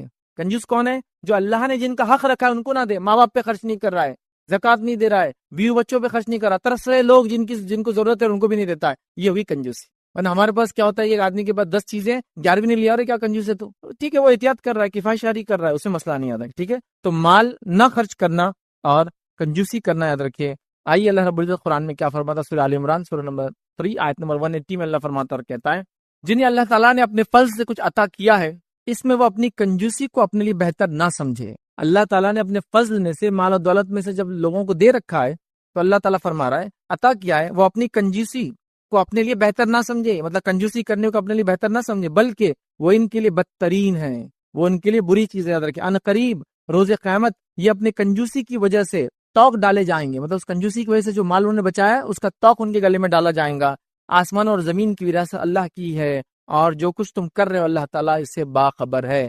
تو اللہ تعالیٰ فرما رہا ہے کہ کنجوسی نہ کرے، ورنہ اگر وہ کنجوسی کریں گے جن کا حق ہے نہیں دیں گے اللہ تعالیٰ اس مال کو گلے میں لٹکائیں گا. قرآن کی آیتوں میں یہ کہ جو سونا اور چاندی جمع کرتے ہیں اور اس کو اللہ کے راہ میں خرچ نہیں کرتے، جہاں خرچ کرنا زکوٰۃ نہیں دیتے، یہ سونے چاندی پگھلا کر ان کی پیشانیوں پر، ان کے پہلوؤں پر اور ان کے سائڈ سے، مطلب اس کو نیچے پیچھے ہر طرف ان کو سونے اور چاندی ڈالی جائیں گی. خاص طور سے وہ لوگ جو زکوٰۃ نہیں دیتے ہیں تو یہ سونے چاندی کے تعلق سے زیادہ کہ جو مال و دولت کی زکوٰۃ نہیں دیتے اور کنجوسی کرتے ہیں ان کا تو بہت بدترین حال ہے. اور مال کی زکوٰۃ نہ دینا کنجوسی کی وجہ سے، کسی بھی اور وجہ سے یاد رکھیے مال کی محبت کی وجہ سے، یہ تو اتنے بڑے فتنے کا باعث ہے کہ باقی سارے لوگوں کو عذاب حساب و کتاب کی بات ہونے والا ہے. لیکن جو زکوٰۃ نہیں دیتا تھا اس کا حال یہ ہوگا جب حساب اور کتاب چلیں گا تو وہ 50,000 ایئرز تک اس کو عذاب دیا کنٹینیوس جاتا رہے گا اور پھر اس کا حساب الگ ہونے والا ہے. مطلب میں نے نماز نہیں پڑھی تھی، حساب و کتاب ہو رہا ہے، سزا مل رہی ہے. زکوٰۃ نہیں دی تھی تو حساب و کتاب لوگوں کا چالو ہے، جب تک لوگوں کا حساب کتاب چالو ہے تب تک بھی سزا مل رہی ہے. آنکھ تپایا جا رہا ہے، سونے اور چاندی کو پگھلا کر چہروں پر اور جسم پہ ڈالا جا رہا ہے. وہ جانور جن کی زکات نہیں دی گئی انسان کو لٹا دیا جائے گا, جانور موٹے تازے ہو جائیں گے اور اس پر اتنے 50,000 سال تک دوڑتے رہیں گے, اس کے اوپر سے دوڑیں گے. اور جانور کا آپ اگر بکری کا کھر بھی آپ کے پیر پہ لگ جائے نا کبھی, اتنی عجیب تکلیف ہوتی ہے. حالانکہ اس کا وزن زیادہ نہیں ہوتا, لیکن چونکہ وہ ماس بڑھ جاتا ہے, اس کا ویٹ پورا اتنے کھروں پہ رہتا ہے, تو وہ اس سے رونتے ہوئے جائیں گے. تو زکات نہ دینے والا مال کی کنجوسی کی وجہ سے, یا جس کو ہم کہیں گے اس کا حق ادا نہ کرنے کی وجہ سے, اس کا تو حال یہ ہے کہ ابھی دوسروں کو تو سزا حساب و کتاب کی بات ملیں گی, حساب و کتاب چل رہا ہے تو اس کو سزا ملنا چالو ہو جائیں گی. اسی طرح مال کے تعلق سے جس کی زکات نہیں دی جاتی ہے, یاد رکھیے جو فتنہ بنے گا, اللہ کے رسول صلی اللہ علیہ وسلم فرماتے ہیں یہ جو مال ہے اس کے لیے ایک سانپ بن کر آئیں گا, اور یہ گنجا سانپ ہوگا. مطلب سانپ کے زہر کی وجہ سے اس کے سر پہ کچھ روئیں ہوتے ہیں, لیکن وہ بھی جھڑ جاتے ہیں. اس کے پوائزن کی وجہ سے اس کے سیلف باڈی کو بھی ڈسٹرکشن ہوتا ہے, اور وہ اس کے گلے میں ہوں گا, اور وہ اس کو ہونٹوں پر ڈسیں گا اور کہے گا انا کنزک انا مالک, میں تیرا خزانہ ہوں, میں تیرا مال ہوں, اور ڈستا رہیں گا ادھر. تو یہ عذابات یہیں سے شروع ہو جا رہے ہیں. آخرت میں حساب و کتاب سے پہلے بھی عذاب مل رہا ہے. تو مال کے معاملے میں کنجوسی نہیں کرنا چاہیے, خاص طور سے اللہ نے جن کا حق رکھا ہے. ایسے میں کئی لوگوں کو جانتا ہوں کنجوسی اتنی نفس پہ آ جاتی ہے اسی کوئی انتہا نہیں. اور ایک عجیب و غریب کنجوسی رہتی ہے مالدار لوگوں کی. کبھی کبھار میں نے دیکھا اے سی لگا ہوا لیکن چالو نہیں کر سکتے, گاڑی ہے لیکن چلا نہیں سکتے, فون ہے لیکن مس کال دینا چاہیے. دیکھا آپ نے ایسے لوگوں کو. تو یہ تو ایک عجیب نیکسٹ لیول کی کنجوسی ہے کہ اللہ نے سب کچھ دے رکھا لیکن اپنے نفس پہ چھوڑ کے سب پہ خرچ کرنا ہے. پھر پتا چلا جناب ایسی کنجوسی کر کے چنے کھا کے زندگی گزار کر چلے گئے, بچوں نے ان کے مرتے 2 سال میں پوری وراثت کو ٹائٹا فش کر دیا. تو کیا فائدہ ہو اتنا کما کے؟ اپنے لیے استعمال کرتا مال, اپنے لیے فائدہ اٹھا لیتا, کنجوسی نہ کر کے جہاں خرچ کرنا دے دیتا, دے کے اپنے لیے تیاری کر لیتا, آخرت کی تیاری. دیکھیے مال کے ذریعے آخرت کی بہت آسانی سے انسان تیاری کر سکتا ہے, جو غریب کے لیے وہ کام کرنا مشکل. لیکن وہی مال جب ملتا ہے آدمی خرچ نہیں کرتا ہے تو فتنہ ہی بن جاتا ہے, اتنی بڑا عذاب بھی ہو جاتا ہے. تو یہ بڑی اہم بات ہے. تو لہٰذا نفس کی کنجوسی سے ہم نے بچنا چاہیے, اور اللہ نے جو مال دیا اس کو صحیح جگہ خرچ کرنا چاہیے. فضول خرچ بھی ہونا چاہیے, صحیح جگہ ہونا چاہیے. سب سے پہلے اللہ کی راہ میں جس میں زکوٰۃ آ گئی جو فرض ہے, اس کے علاوہ صدقات اور خیرات. اس کے ساتھ ساتھ سب سے پہلے اگر انسانوں میں حق ہے تو والدین پر, اس کے بعد بیوی اور بچوں پر, اور اس کے بعد کے رشتہ دار, اور اس کے بعد کے رشتہ دار جن جن کا حق یاد رکھیے سب کا دینا چاہیے. آئیے 5ویں جگہ یاد رکھیے جہاں مال فتنہ بن جاتا ہے ہمارے لیے, یاد رکھیے وہ ہے کثرت مال کی وجہ سے تکبر آ جانا. کثرت مال کی وجہ سے لوگوں کو حقیر سمجھنے لگ جانا. دیکھیں کسی کے پاس مال ہے وہ استعمال کرے, کوئی برائی نہیں, لیکن وہ استعمال کرے اور دوسروں کو نیچا سمجھے, وہ بہت بڑا مسئلہ. تکبر آ جانا ہے. اور اکثر ہم دیکھتے ہیں مال انسانوں میں تکبر لاتا ہے, جس کی ایک جیتی جاگتی مثال قرآن میں موجود تھی. وہ کون سی ہے؟ قارون کی مثال. قارون کو اللہ نے بہت مال و دولت دے رکھی تھی. مطلب قارون شاید ان لوگوں میں سے تھا جو کنگز کو فائنینس کرتے, بادشاہوں کو فائنینس کرتے ہیں. ہوتے ہیں نا کنگ میکر رہتے ایسے لوگ, دکھتے نہیں کچھ نہیں لیکن اتنا مال و دولت کی ملکوں کی حکومتوں کو ہلا دیتے, فلاں کر دیتے. تو شاید کنگ میکر تھا قارون, بہت خزانہ, اتنا مال و دولت کہ اس کے خزانے کی جو ہے جو کیز تھے, چابیاں تھے, ایک جماعت اٹھایا کرتی تھی. مطلب کچھ لوگ لگتے تھے اٹھانے کے لیے. اب ایسا بھی نہیں کہ لاک اس زمان میں 1 ٹن کا رہتا تو چابی 500 کلو کی, ویسا نہیں تھا. سمپل لاک اینڈ کیز جیسے آج ہوتے ہیں, تھوڑے بہت اور بڑے اور وزنی ہوتے تھے, لیکن ایک جماعت اس کی چابیوں کو اٹھاتی تھی. کتنا رچ ہوں گا, سپر رچ. اور جب نکلتا تھا وہ تو پورا شہر نکل کے اس کو دیکھتا تھا. مطلب جب وہ گھر سے نکلتا تھا تو ایک جلوس ہی نکلتا تھا اس کے ساتھ, کیونکہ بڑے مالدار لوگوں کے ایک اپنے نخرے اور ٹھاٹ ہوتے ہیں, تو پورا جلوس نکلتا تھا کہ لوگ متاثر ہو رہے تھے اس سے, اثر لے رہے نوجوان اور بچے دیکھ کر کے جو قارون نکل رہا ہے کہ ایسا ہونا چاہیے زندگی. تو یہ ہے. لیکن جب موسیٰ علیہ السلام کو اللہ نے کہا جاؤ مال کا حق لو قارون سے, اور جو ہے قارون سے, جب موسیٰ علیہ السلام کو کہا احسن کما احسن اللہ علیک, احسان کر ویسا لوگوں پر جیسا اللہ نے تجھ پر احسان کیا ہے. مطلب جو مال تجھے دیا دوسروں پہ خرچ کر. تو کہا اللہ کا احسان, یہ تو میری عقل کی کمائی ہے, یہ میں نے محنت سے کمایا ہے. پھر اللہ رب العزت نے کیسا عذاب دیا اس کو, قیامت تک کی عبرت بنا دیا. اس کا مال, اس کے گھر اور جائیداد, اس کی شخصیت کے ساتھ اس کو اللہ نے زمین میں دھسا دیا, برباد اور جو اس کو ہلاک کر دیا. تو یہ مثال ہے ہمارے سامنے. تکبر تھا اس کو اپنے مال کا. تو آج مال کیا کر رہا ہے؟ تکبر لا رہا ہے. دیکھیے اب اچھی اچھی گاڑیاں استعمال کیجیے, کوئی بات نہیں. اچھی اچھی گھڑیاں استعمال کیجیے, کوئی بات نہیں. اچھے اچھے کھانے کھائیے, کپڑے پہنیے, کوئی مسئلہ نہیں.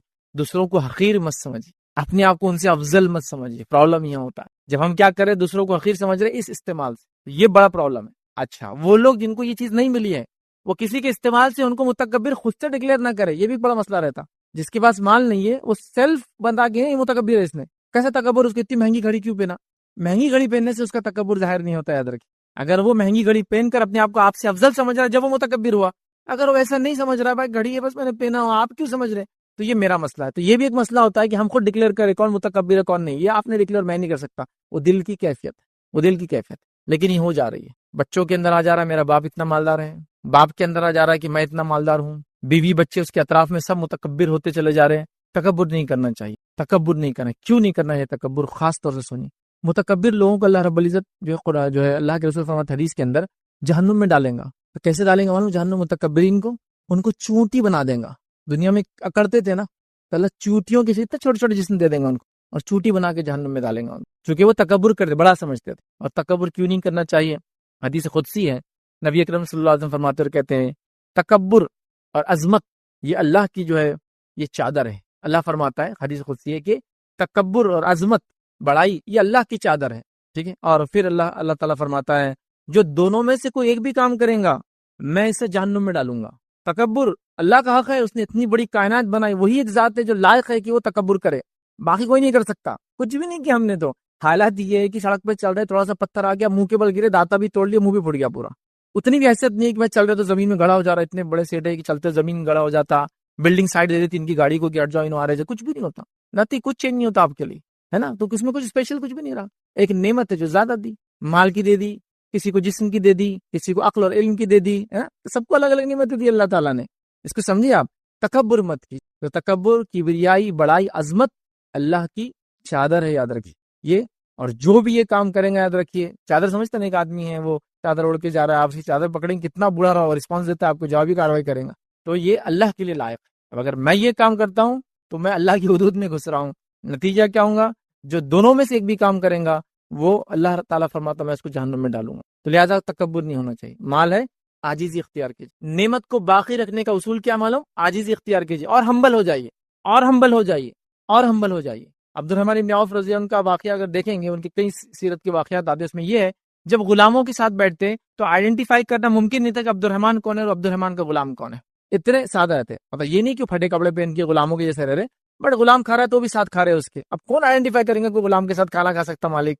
دیکھ رہے ہیں آپ, یہ عاجزی تھی ان کی. مالا دولت ایک نیکسٹ لیول پر, عاجزی ایک نیکسٹ لیول پر. ہمبل تھے وہ, تو اللہ نے باقی بھی رکھا ان چیزوں کو, وہ نام, ان کی جو کچھ انہوں نے خرچ کیا, جو کچھ اس سے انہوں نے فائدہ اٹھایا, جو کچھ دنیا کو دے گئے, اس کا اجر و ثواب بھی ان کو ملنے والا ہے. تو یہ بڑی اہم بات ہے, یاد رکھیے. تو اس کو ہم سمجھے, تو تکبر مت آنے دیجیے. اپنے بچوں کو کبھی ہوتا ہے حالات جیسے چل رہے ہیں, بچوں کو تکبر آیا تھا آپ کے مال کی وجہ سے, ان کو بیٹھ کر نصیحت کرنا. نصیحت کیا کرنا کہ بچوں یہ مال و دولت اللہ رب العزت کی نعمت ہے, آج دیا ہے کل لے بھی لیں گا. اور مال و دولت سے زیادہ بے وفا تو کوئی بھی نہیں ہے دنیا میں. بے وفائی ہے, مرنے کے بعد تو وہ آتا ہی نہیں آپ کے ساتھ. مطلب سب سے پہلا ساتھی جو آپ کا ساتھ چھوڑتا ہے وہ مال و دولت ہی ہوتا ہے. مرتے ہی رشتے دار اس پہ لے لیتے, ہے نا. اتنا بے وفا ہوتا ہے کہ ہاتھ میں کچھ انگوٹھی بھی تو کھینچ کے نکالتے ہو, دفناتے وقت بولتے نہیں کس کے ساتھ دفنا دو.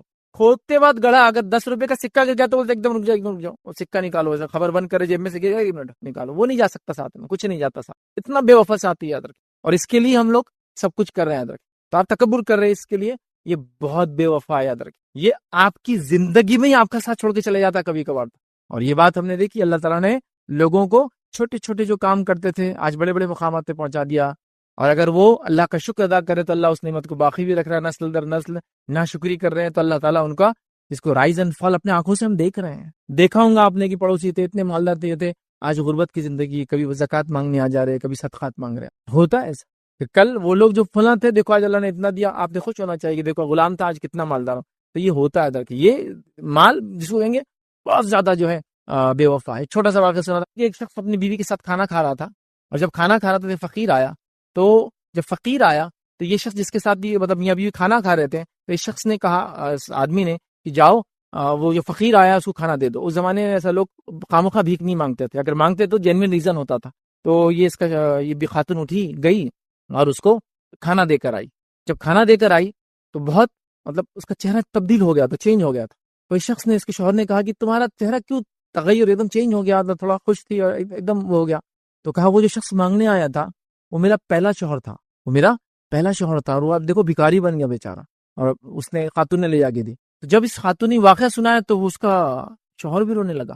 تو کہا میں معافی چاہتی ہوں, میں نے خامخواہ قصہ سنا دیا آپ کو, آپ کیوں رو رہے ہیں؟ اور اس نے ایک واقعہ سنایا کہ میں ایک بار اس شوہر کے ساتھ کھانا کھا رہی تھی, وہ جو فرسٹ کا ہسبینڈ تھا, اور ایک بھکاری آیا تھا, اور ایسی کھانا جب ہم کھا رہے تھے اس نے آواز دی تو میرا شوہر باہر نکلا اور اس کو بہت مارا, اور کہا کہ یہ کھانے کے ٹائم پر آگے ڈسٹرب کرتے ہیں کیا, وہ فرسٹ ہسبینڈ جو اب بھکاری ہے. اور اس نے اس بھکاری کو بہت مارا اور اس کو ہکال دیا, کہ کہا کہ ایسے ٹائم پہ مانگنے آتے ہو, یہ ڈسٹرب کرنے, چلو نکلو نکل جاؤ. تو یہ جب قصہ اس نے سنا تو وہ شوہر بھی رونے لگا، اس کا جو سیکنڈ ہسبینڈ تھا. اس خاتون نے کہا میں نے خامخواہ قصہ سنا دیا، آپ کو یہ نہیں کرنا چاہیے تھا. تو کہا اس آدمی نے جس آدمی کو مارا تھا وہ میں ہی ہوں. اب ایک ہی زندگی میں جو فقیر بھیک مانگنے آیا تھا اب وہ اس عورت کا شوہر ہے، اور جو انسان مالدار تھا جس بھکاری کو مارا وہ آدمی جو ہے اب مالدار بن چکا ہے. تو ایک ہی زندگی میں یہ. اب میں یہ نہیں کہہ رہا ہوں کہ فقیر آئے تو آپ کھانا چھوڑ کے اس کو لے آ دے ورنہ آپ بھی فقیر بن جائیں گے، ویسا نہیں میں بتانا چاہ رہا ہوں. بتانا یہ چاہ رہا ہوں کہ مالداری پیسہ کسی کا ہوتا نہیں، یاد رکھ. جب تک ہے فائدہ لیا، صحت ہے جب تک ہے فائدہ اٹھا لو، پہچان ہے جب تک ہے صحیح فائدہ اٹھا لو، مال ہے جب تک فائدہ اٹھا لو، چلا جاتا ہے. بے وفا آتی ہے نہ مرنے کے بعد کام آتا ہے. مرتے ہی ساتھ چھوڑنے والے دوستوں میں سے ایک دوست ہے، یاد رکھیں، اس کے لیے سب کچھ کرتے ہیں. تو تکبر نہیں، اس کے لیے تکبر نہیں، بڑا پن نہیں. مال ہمبلنس، تو بچوں کو بٹھا کے سمجھاؤ یہ مال اللہ کی نعمت ہے، تم تکبر مت کرنا بیڑا کبھی اس کی وجہ سے. اس میں تمہارے باپ کی کوئی خصوصیت نہیں ہے اس کے کمانے میں. یہ رب العزت کی نعمت ہے جو میرے پاس آئی ہے. یہ ہو سکتا ہے رہے یا ہو سکتا ہے چلی جائے، ہے تو فائدہ سب مل کے اٹھا لو. کیسے فائدہ اٹھائیں؟ اپنے پہ خرچ کر کے نہیں بچوں، اس کو دوسروں پہ خرچ کر کے، اپنے آپ کو دوسروں سے افضل نہیں سمجھ کے، اس کی وجہ سے دوسروں سے رشتہ نہ توڑ کے، اس کی وجہ سے خون خرابے سے بچتے، اس کی وجہ سے دھوکہ دھڑی ہم کبھی نہیں کریں گے، کیونکہ یہ بے وفا چیز ہے. ٹھیک ہے، اور لہٰذا حلال وہ کریں گے بچوں کو سمجھ. ورنہ ہم نے دیکھا بہت سارے لوگ ہیں ماشاءاللہ مالدار ہیں، اللہ نے بڑی عاجزی بھی دی ان کے اندر، لیکن اللہ کا بندہ ہی عاجز ہے. نہ بچے عاجز ہے، نہ ان کے گھر میں عورتیں عاجز ہیں. کیوں؟ ان کو تکبر کا نشہ چڑھا ہوا ہے سب. اس کا مطلب تربیت نہیں ہے، تربیت کرنا چاہیے. مال و دولت ہے جا سکتا ہے. ٹھیک ہے. چھٹی چیز یاد رکھیے جہاں مال و دولت فتنہ بنتی ہے انسان کے لیے، اور یہ آخری پوائنٹ رہے گا ہمارا اس کا، اور بعد میں ہم کچھ عام باتیں دیکھیں گے. یاد رکھیے مالداری کے تعلق سے. تو چھٹا یاد رکھیے وہ جگہ یاد رکھیے، مال کو حاصل کرنے کے لیے لوگوں کی حق مارنا، یہ مال فتنہ ہے. یہ مال فتنہ ہے. اگر میں چوری سے بچا، ڈاکہ ڈالنے سے بھی بچا، مطلب میں جو کہہ رہا ہوں دوسروں کا حق مارنا، یہ فتنہ ہے. یاد رکھیے مال. اور مثال دے رہا ہوں، اگر میں چوری مطلب چور نہیں ہوں، چلو الحمدللہ، میں ڈاکو بھی نہیں ہوں الحمدللہ، میں نے غبن بھی نہیں کیا الحمدللہ، میں 2 نمبر کا مال بھی نہیں بیچتا الحمدللہ، میں دھوکہ دے کے سب الحمدللہ ہے. لیکن ہم میں سے اکثر ایسے چور و ڈاکو تو ہے جس نے ابھی پھوپھی کا وراثت کھا کے بیٹھے اور بہنوں کی وراثت پہ ابھی جمے ہوئے، اور اس کو سمجھتے بھی نہیں کہ یہ مال کا فتنہ ہو سکتا ہے. دوسری چیزیں میں بول چکا ہوں اب تک، حرام نہیں کمانا، 2 نمبر وہ تو ہو چکا ہے، لیکن یہاں تو سب پھیل جا رہے ہیں. اس لیے یہ پوائنٹ خاص لا رہا ہوں. مال دوسروں کا کھا جانا، یہ تو مطلب ایک دم جس کو بولتے ہیں ایک دم چوٹی، مطلب کوئی نہیں بچا اس سے. میں کیا بول، اللہ مفتی صاحب بھی نہیں بچے، سب بہنوں کے مال کھائے ہوئے ہیں. پھوپھیوں کا بھتیجے ابھی بھی نہیں دے رہے، وہ کیسے چل رہے ہیں، وہ یہ تو کھائے ہوئے. تو دوسروں کا مال ہڑپ کر اپنے پاس لینا غلط طریقے سے، یہ مال فتنہ ہے. اس میں چوری آتا، ڈاکہ آتا، تو میں چونکہ آپ میں سے کوئی چور ڈاکو نہیں، اس لیے میں چور ڈاکو کا ایگزامپل بھی دوں آپ کو، ہے نا. آپ بولیں گے یہ تو سب ماشاء اللہ دھوکہ میں دھوکہ نہیں دیتا، اللہ کی قسم کھائے، جھوٹی قسم کھائے، کوئی مال نہیں بچتا تھا ماشاء اللہ، 2 نمبر نہیں کماتا. لیکن ابا نے چونکہ حق نہیں دیا تھا تو میں بھی حق نہیں دوں گا پھوپھوں کا، اور میں بھی اپنی بہنوں. اور یہ تو سلسلے وار صدیوں سے چلا رہا ہے، نسل در نسل چلا رہا ہے. تو اللہ تعالیٰ ایک قوم پر کیوں رحم کرے جو اس قسم کا ظلم کرتی ہے، جو حق اللہ نے اپنی کتاب میں بتایا اس کو ابھی بھی مارتی ہے. اس لیے میں اس ایگزامپل سے بات شروع کر رہا ہوں اپنی. مال غضب کر لینا، ہڑپ کر لینا، دبوچ لینا، دبا لینا، یہ تو بالکل کامن ہے اندر. لیکن اس میں ایک مسئلہ کیا وہی بتاتا ہوں. جب میری والدہ کا حق میرے ماموں نے نہیں دیا تو میں جب حق لینے کے لیے بالکل اللہ رسول کی بات کر رہا ہوں، لیکن ابھی میں بھی اپنی بہنوں کا حق کھا کے بیٹھا ہوں، اس کے اوپر سیکنڈ تھاٹ بھی نہیں معلوم. اگر میں اس سائڈ میں جس سائڈ ظلم ہو رہا ہے تو میں لینے کے لیے ریڈی ہوں. کوئی پوچھا آپ نے کیا کیا، ہمارا چھوڑو نا، پہلے اس کا حساب کرو نا. سمجھ رہے، یہ حالت ہے. اور اتنے پیچیدہ مسائل ہو گئے وراثت کے ہمارے پاس کہ جو علماء نے جو فتاوے دی ہے جس میں ایک ساتھ کئی لوگ مر جاتے ہیں، تو اس کے اندر کیا ہوتا ہے، معلوم کرنا پڑتا ہے کون کب مرا پہلے. کیونکہ جیسا مثال کے طور پر اللہ نہ کرے ایک ایکسیڈنٹ ہوا کار کا، تو باپ بھی تھا، بیٹا بھی تھا، اور بھی لوگ تھے بیٹھے تھے، اور ایک ساتھ سب کا انتقال ہو گیا. تو اس میں آئیڈینٹیفائی کرنا پڑتا ہے ان میں سے پہلے کون مرا ہوگا. چونکہ فار ایگزامپل سامنے کوئی تھا، اس کی ڈیتھ پہلی ہوئی ہوں گی، تو اس کے مرتے اگر پیچھے اس کا وارث ہے تو اس کو ملنے والا ہے. حالانکہ وہ بھی مر گیا اس کے ایکسیڈنٹ میں، لیکن اس کو آئیں گا پھر اس کو آئیں گا، تو اس کو معلوم کرنا پڑتا ہے. تو وہ مسائل ہم کو ہندوستان میں لگانا پڑتے ہیں، کیونکہ نسل در نسل کی پردادا کا بھی حساب نہیں ہوا، تو اس میں وہی اصول لگانا پڑتا ہے. وہ جو ایک ساتھ لوگ مرتے ہیں نا، تو ایک کتنے لوگ، ارے 5 نسلیں ہو گئی، اب حساب کرنا ہے ہم کو، وراثت تقسیم کرنا 5 نسلیں ہوتے کتنا حساب کریں گے. تو اس کو پھر وہ اصول سے کرنا پڑتا، کون پہلے مرا، پیچیدہ ہو جاتے ہیں مسائل. تو ہم دوسروں کا مال ہڑپ کر لے رہے، غضب کر لے رہے، یاد رکھیں. اور یہ مال کا بہت بڑا فتنہ ہے، جس میں یاد رکھے سب سے ایک مثال تو دے دیا میں نے، جس میں دیندار بھی نہیں بچے، بے دین بھی نہیں بچے. بے دین لوگوں کو تو پتہ بھی نہیں دینا چاہیے بہنوں کا، دینداروں کا بھی یہ حال ہے.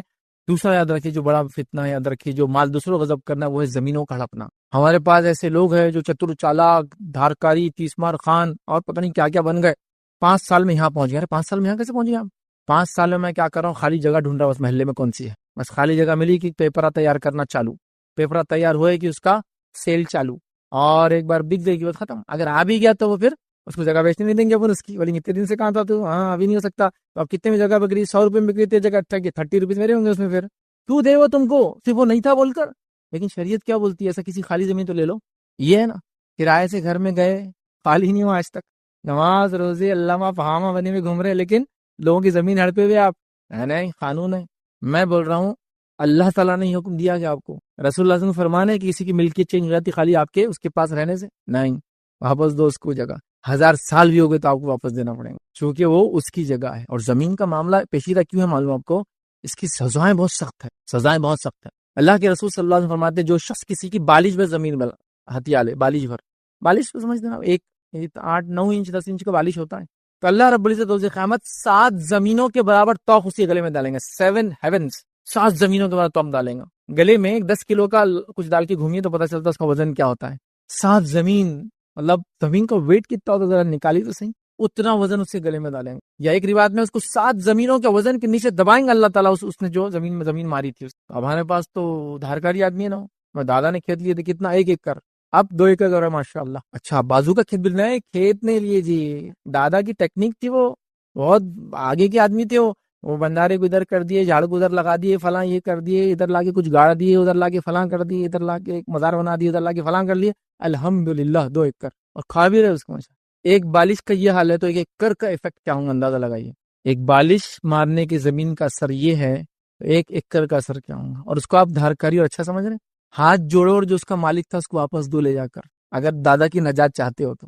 لیکن دادا بھگت رہا نا، مجھے کیا کرنا ہے، آپ بھی بھگتو گے، چونکہ گناہ میں آپ بھی بعد میں ساتھ دے رہے معلوم ہونے کے بعد، جب تک آپ کو پتا نہیں تھا ٹھیک ہے۔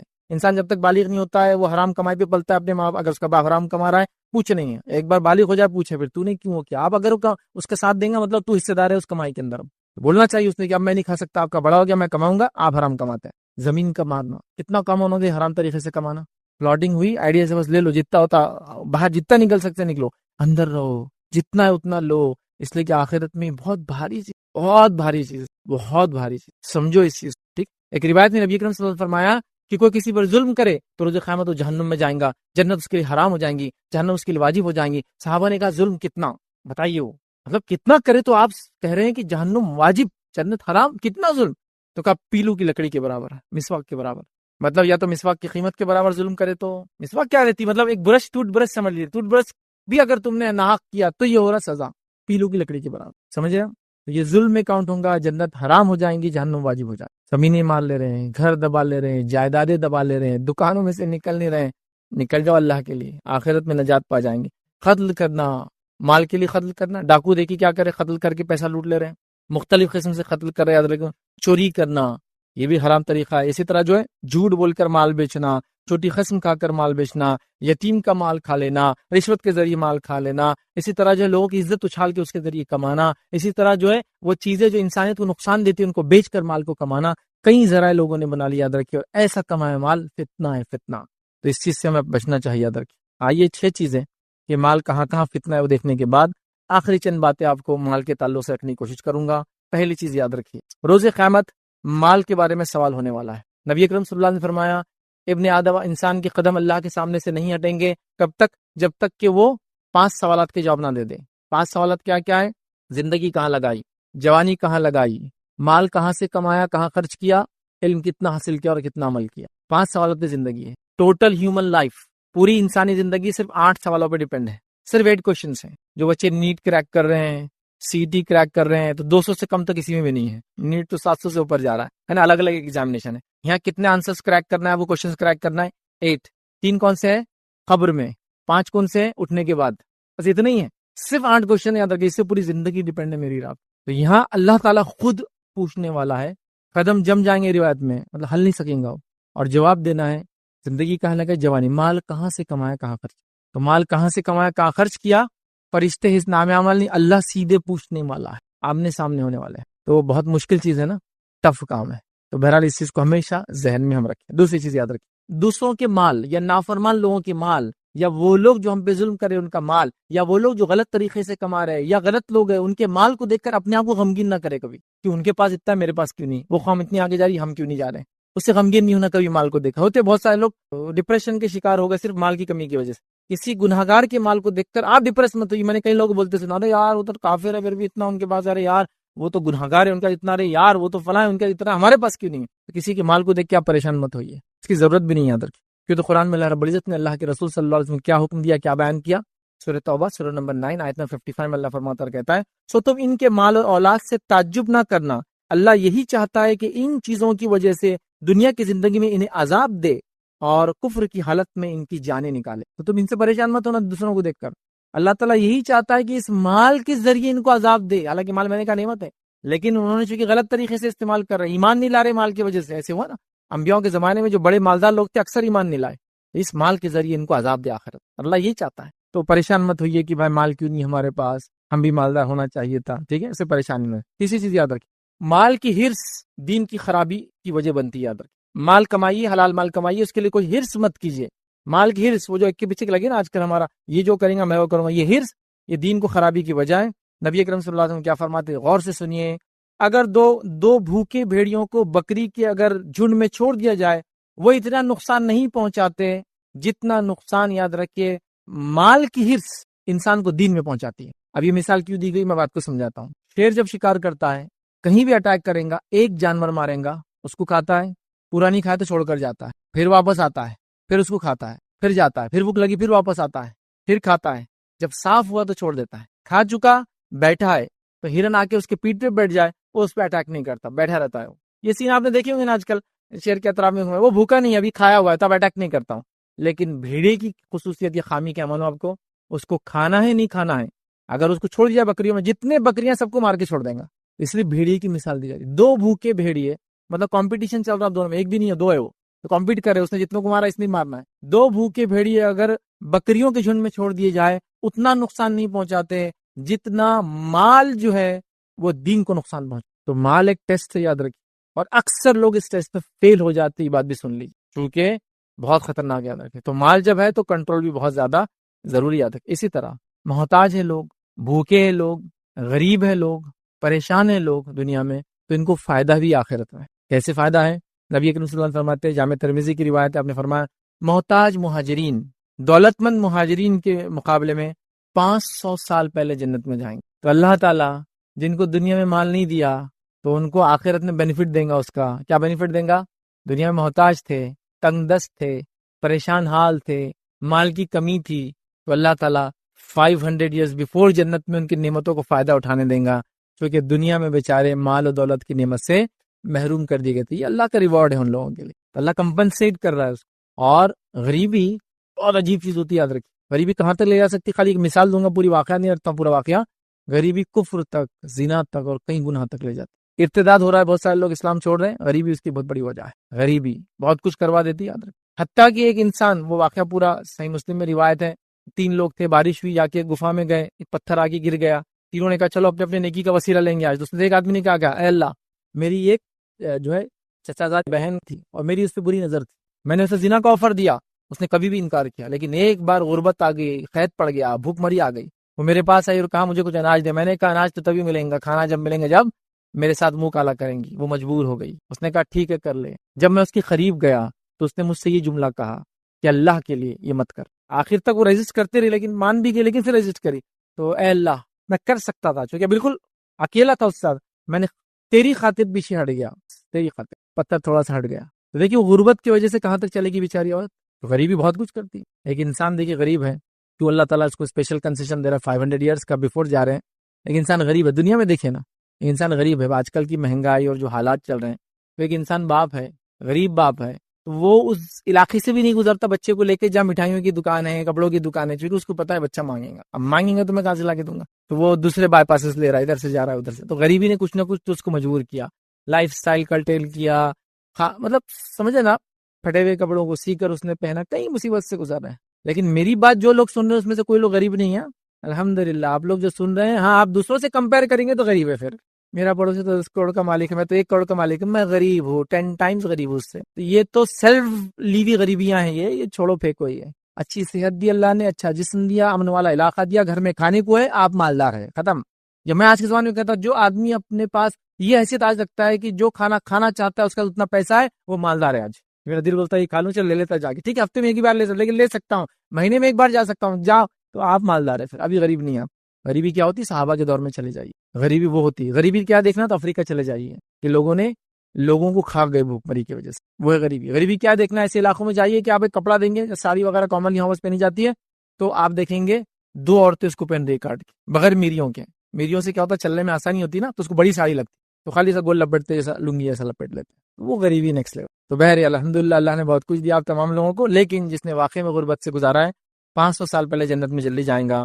اسی طرح جو ہے جنت میں زیادہ تر محتاج لوگ ہوں گے جو دنیا میں غریب تھے. نبی اکرم صلی اللہ علیہ وسلم نے کیا فرمایا سنیے, آپ نے حدیث میں فرمایا اور کہا, صحیح بخاری کی روایت ہے, میں نے جنت میں جھانکا, یہ اللہ کے رسول کو جنت کی سیر کرائے گی, میں نے جنت میں جھانکا تو دیکھا وہاں ان لوگوں کی کثرت ہے جو دنیا میں محتاج تھے. تو جنت کے زیادہ آکیپینٹ کون ہے, جو دنیا میں غربت سے گئے ہیں, کیونکہ اکثر لوگوں کو مال نے فتنے میں ڈال دیا. نعمت تو ہے لیکن استعمال صحیح ہو تو. اللہ کے رسول فرمایا میں نے زیادہ غریبوں کو جنت میں دیکھا ہے. اسی طرح یاد رکھیے انسان کا اصل مال کیا ہے, اصل سرمایہ کیا ہے, چلیے وہ بھی دیکھ لیتے. اصل مال کیا ہے آپ کا اور میرا, اصل مال, جیسا کہ ہم مال کو بچا رہے ہیں, مال کو دھوکہ دے کے حاصل کر رہے ہیں, حرام کی تمیز سب کچھ کر رہے ہیں, تب ریئل میرا پوزیشن, میرا جس کو بولے کہ میرا یہ ہے, جس کو بول سکتا نا میرا ہے یہ, وہ کیا ہے سنیے اللہ کے رسول نے فرمایا. اور اس حدیث میں سے ایک جس کو کہیں گے ایک جملے میں آپ نے وہ کر دیا کہ تیرا مال وسیع ہے. صحیح مسلم کی روایت آپ نے فرمایا ابن آدم کہتا ہے میرا مال اور میرا مال, ابن آدم کہتا ہے میرا مال اور میرا مال. چلیے آپ کا مال کیا, آپ سے فرما رہے ہیں, آپ فرماتے ہیں جو تو نے کھایا اور جو ضائع کیا وہ تیرا مال, مطلب تیرے اکاؤنٹ میں آیا ہو, جو پہنا اور جو پھاڑ دیا وہ تیرے اکاؤنٹ میں آیا, اور جو صدقہ کیا وہ تیرا ہوا, باقی سب وارث ہو گئے. میرا اصل مال کیا ہے معلوم, جو کھایا وہ میرے اکاؤنٹ میں آیا, جو پہنا یہ میرے اکاؤنٹ میں آیا, جو میں نے اللہ کے نام میں صدقہ کیا, یہ تینوں مال میرے ہیں, باقی سب وارثوں کا. اب آپ اپنا مال ہے یا وارثوں کے مال کو سنبھال رہے ہو, دیکھیے آپ کا مال ہے تو اللہ کھائیے, اللہ کا شکر ادا کیجیے, پہنیے اللہ کا شکر ادا کیجیے, صدقہ کیجیے, یہ آپ کا مال ہے. آپ اپنی زندگی میں جو مال خرچ نہیں کر اللہ کی راہ میں, کیا امید کرتے وارث خرچ کریں گے آپ کے؟ آپ خود حیات تھے, آپ بولے نہیں دیکھیں گے, نہیں دیکھیں گے, نہیں دیکھیں گے, وارث تھوڑی کریں. تو ریئل یہ ہے, تو یہ ریئل مال آپ کا یہ ہے. تو اگر کوئی کہہ رہا ہے میرا بینک بیلنس اتنے کروڑ کا ہے, تو یہ ریئل بینک بیلنس نہیں ہے. بینک بیلنس وہ جو صدقہ کر دیا آپ نے. ایک صحابی نے جانور ذبح, نبی کریم صلی اللہ علیہ وسلم کہا ان کو دو, ان کو دو, ان کو دو, ان کو دو. اب سب دینے کے بعد تھوڑا سا حصہ بچا. نبی کریم صلی اللہ علیہ وسلم ماں عائشہ سے کہا کہ اب کچھ ہے لاؤ میرے لیے, تو کہ اللہ کے رسول صلی اللہ علیہ وسلم آپ نے پورا دے دیا, کچھ بچا ہی نہیں. تو کہا جو دے دیا وہی بچا ہے. کیا کہا, بہت تھوڑا حصہ بچ گیا تھا, تو پورا جانور آپ نے ذبح کیا اور سب کو صدقہ کر دیا. جب خود کے کھانے کی باری کہا مجھے لاؤ, تو کہا اتنا, تو کہا میں عائشہ نے کہا آپ نے تو سب دے دیا, اتنا ہی بچا. تو کہا نہیں, جو دیا اصل وہی جمع ہوا, ریئل وہ تھا, تو جو صدقہ ہوا تھا وہ جمع ہو گیا, وہ اکاؤنٹس میں آ گیا, وہ صدقہ ہو گیا, وہ آخرت کے جمع. تو ریئل مال آپ کا اور میرا کیا ہے, اب جان لیا آپ نے, جو کھایا اور جو میں نے ضائع کیا وہ میرے اکاؤنٹ میں شامل ہو گیا, جو پہنا اور جو پھاڑ دیا میرے اکاؤنٹ میں آ گیا, جو صدقہ کیا آ گیا, باقی سب وارثوں کا. یہ بات یاد رکھ لیجیے, اور آپ کے مرتے سب چیز ہو جاتا. مرتے ہی نہیں, آپ تھوڑے بوڑھے بھی ہو گئے تو بچے بولتے یہ کہیں خرچ کر رہے ہو آپ, کہیں کو یہ کرتے آپ, کہیں کو فلاں کرتے, چونکہ ان کو معلوم جتنا یہ خرچ کریں گے اتنا وراثت جاری ادھر سے نکل کے اپنے کو آنا چاہیے نا. تو یہ حالت ہو جاتی ہے. پھر بہرحال جب طاقت میں ہے, توانائی میں ہے, جوان ہے, ہوش میں ہے, حواس میں, جب تک لوگ آپ سے دبے ہوئے خاندان کے, اللہ کے راہ میں خرچ کیے. میں نہیں کہہ رہا ان کو بھوکا مار دیجیے, لیکن ان کا بھی کیجیے. لیکن ہم بس اپنے اوپر ہی خرچ کرتے ہیں ہم لوگ سب چیزیں, ان کا حق ہی نہیں بنا. اس کو بھی یاد رکھیے. آخری بات یاد رکھیے جس سے میں نے لیکچر شروع کیا تھا, اس سے خاتمہ کر رہا ہوں. مالدار کو خرچ کیے بغیر نجات نہیں ہے. آئیے اللہ کے رسول صلی اللہ علیہ وسلم کیا فرماتے ہیں, صحیح بخاری کی روایت آپ نے فرمایا رکھا, بلا شبہ قیامت کے دن بہت مال و دولت رکھنے والے ہی زیادہ نادر ہوں گے. روز قیامت بہت مال و دولت رکھنے والے نادر ہوں گے, مطلب مال و دولت والے جو دنیا میں تھے جنت میں کم ہوں گے.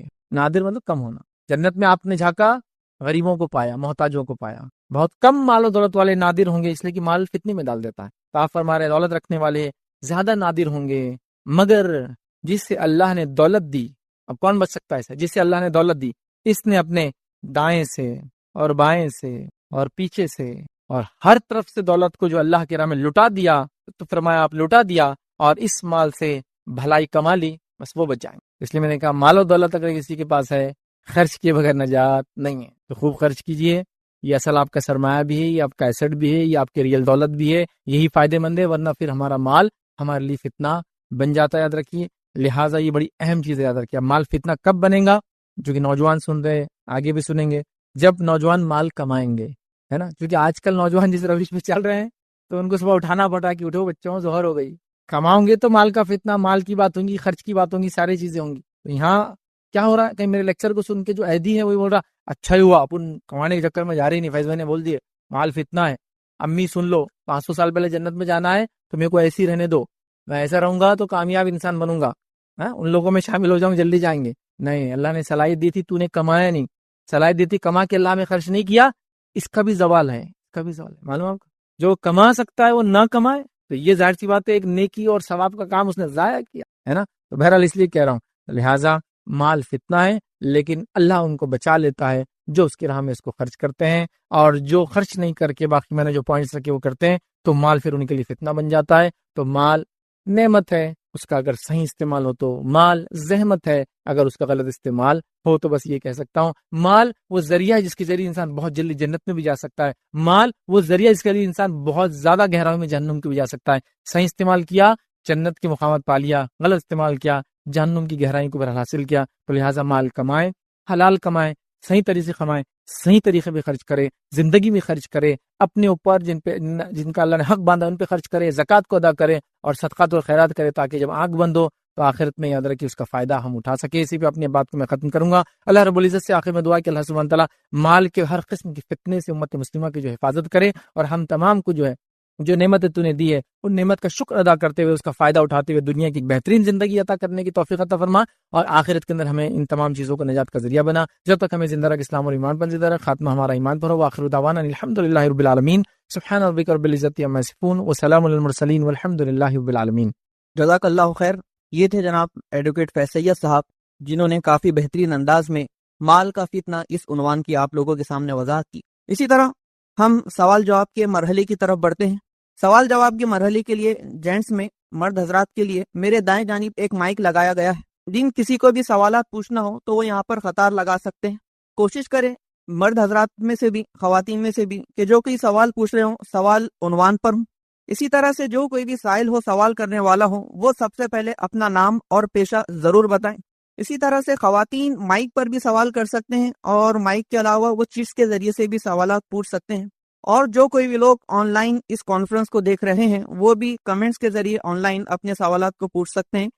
ہماری کوشش رہیں گی کہ ان سوالات کو بھی ہم یہاں پر شامل کرنے کی کوشش کریں۔ جزاک اللہ۔ بسم اللہ الرحمن الرحیم، الحمدللہ رب العالمین، والصلاة والسلام علی رسولہ الکریم وعلی آلہ وصحبہ اجمعین۔ رب اشرح لی صدری ویسر لی امری واحلل عقدۃ من لسانی یفقہوا قولی، اما بعد۔ جی، میرا نام دانش خان ہے، میں آئل مارکیٹنگ کمپنی میں جاب کرتا ہوں۔ میرے دو سوالات تھے۔ پہلا سوال یہ ہے کہ ایک سوچ ہے، اس سوچ کے اوپر آپ کا کمنٹ چاہیے تھا کہ ایک غریب باپ ہے جو کہ غربت میں اپنی جوانی نکالے، اور جب اس کا اولاد ہو، بیٹے ہو خاص طور سے، تو وہ یہ چاہے کہ میں انتھک محنت کر کے کسی بھی ذریعے سے حرام حلال کی تمیز نہ کرتے ہوئے بچوں کی لائف میرے جیسی نہ ہو، ایسے پیسہ کماؤں۔ اور ایک دوسری سوچ یہ ہے کہ یہ باپ ہے، یہ غریبی میں اس نے جوانی تک آیا، اور اب یہ چاہ رہا ہے کہ بچے میرے لیے کیسے بھی کر کے پیسے کمائیں۔ مطلب ایک پوائنٹ آف ویو بیٹوں کی طرف سے حرام کی تمیز نہ کر رہا ہے باپ، اور ایک اس کے طرف سے کہ وہ کمانے میں اس میں کچھ یہ کر رہا ہے۔ تو آپ اس پہ تھوڑا سا بھائی نے سوال کیا کہ ایک گھر میں والد ہیں اور والد بچے ایکسپیکٹ کرتے ہیں کہ والد کیسے بھی کمائے بس، لیکن کمائے خوب لے کر آئے۔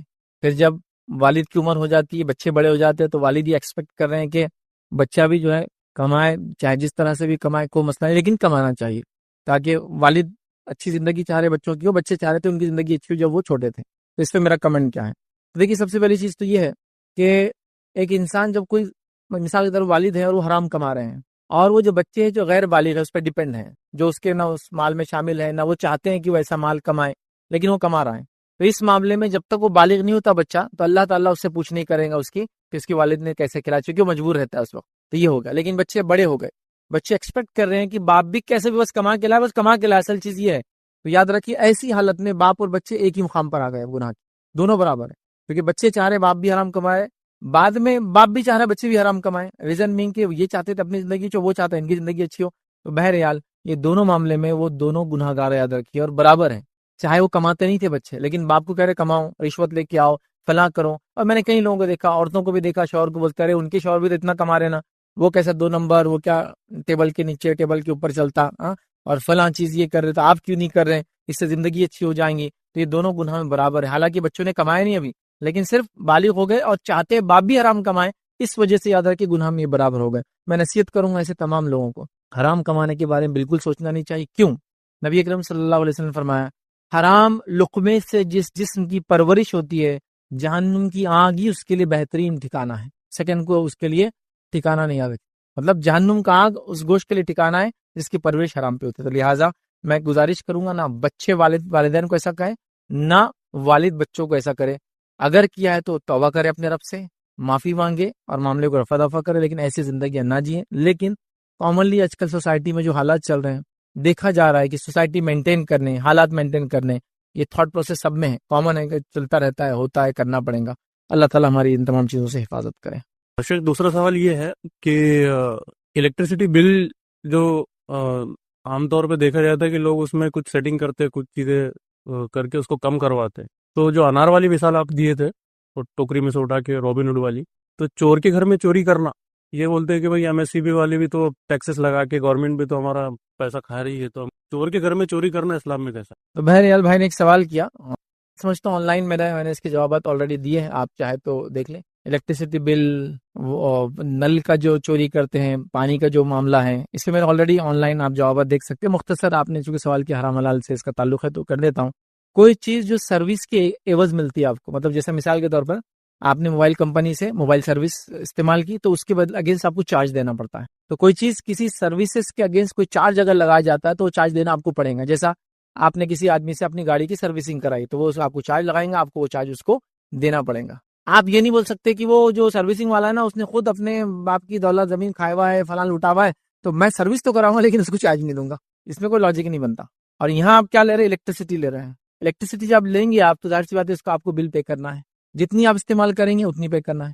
الیکٹریسٹی یاد رکھیے یہ زندگی جینے کے واجبات میں سے نہیں ہے، کوئی نہیں بول سکتا الیکٹریسٹی تو انسانیت جی نہیں سکتی، ٹھیک ہے، ضرورت بن گئی ہے، اس سے فائدے بہت ہے، جب فائدہ اٹھا رہے ہیں تو اس کا بل پے کرنا پڑے گا۔ پھر آپ ہمارا معاملہ یہ ہے کہ اکثر میں نے دیکھا، بری بات ہے لیکن اب کیا بولیں اور کتنے کیا کیا چیزوں میں بولیں کہ لوگ میٹر لیتے ہیں اور میٹر کے اندر سیٹنگ کرتے ہیں، ہاں بس وہ خراب جو بھی بہرحال طریقہ رہتا ہے اس کو سیٹنگ کرتے ہیں، پھر اس سے ان کا بل کم آتا ہے استعمال زیادہ ہونے کے باوجود بھی۔ یاد رکھیے ایسا استعمال کرنا آپ کے لیے جائز نہیں، حرام ہے، کیونکہ آپ نے الیکٹریسٹی لی، سروس لی، ایک اس میں الیکٹریسٹی آپ کو ایز اے پروڈکٹ ملی، آپ کو اس کا چارج دینا ہے اور آپ وہ نہیں دے رہے۔ اگر آپ وہ الیکٹریسٹی خود پروڈیوس کریں گے تو کتنی کاسٹلی پڑتی ہے آپ کو بتائیں۔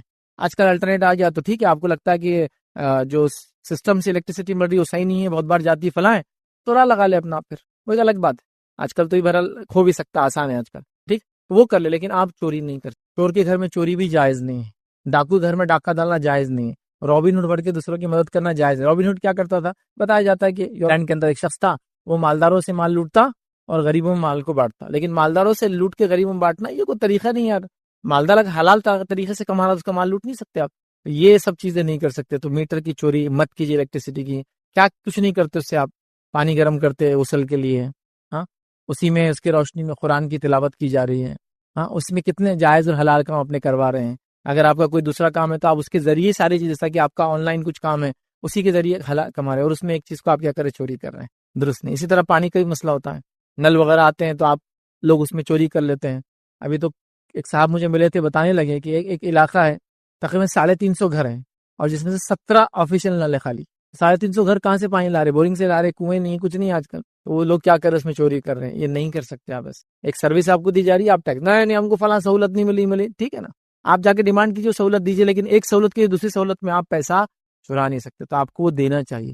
اور پانی کا معاملہ تو بہت ہی سینسیٹیو ہے نا، پیے تو جی رہے ہیں، غسل ٹوٹ گیا تو اسی سے کر رہے ہیں، وضو کرنا ہے وہی استعمال ہو رہا ہے، میت کو خصوصی دے رہے، نل چرا کے رکھ رہے ہیں۔ اب بیسس دیکھیے اس کا کیا ہو رہا ہے، سوچیے اس پہ تھوڑا، یہ سب نہیں ہونا چاہیے بہرحال، لیکن ہم کیا کیا باتیں لوگوں کو سمجھائیں۔ آپ بول رہے اتنا ادھر تو وہ علاقے میں چوری چل رہی، کوئی اور جگہ فساد چل رہا تو آپ کا فساد کرنا جائز ہو جاتا، کوئی اور ظلم کر رہا تو آپ کا ظلم کرنا جائز ہوتا ہے۔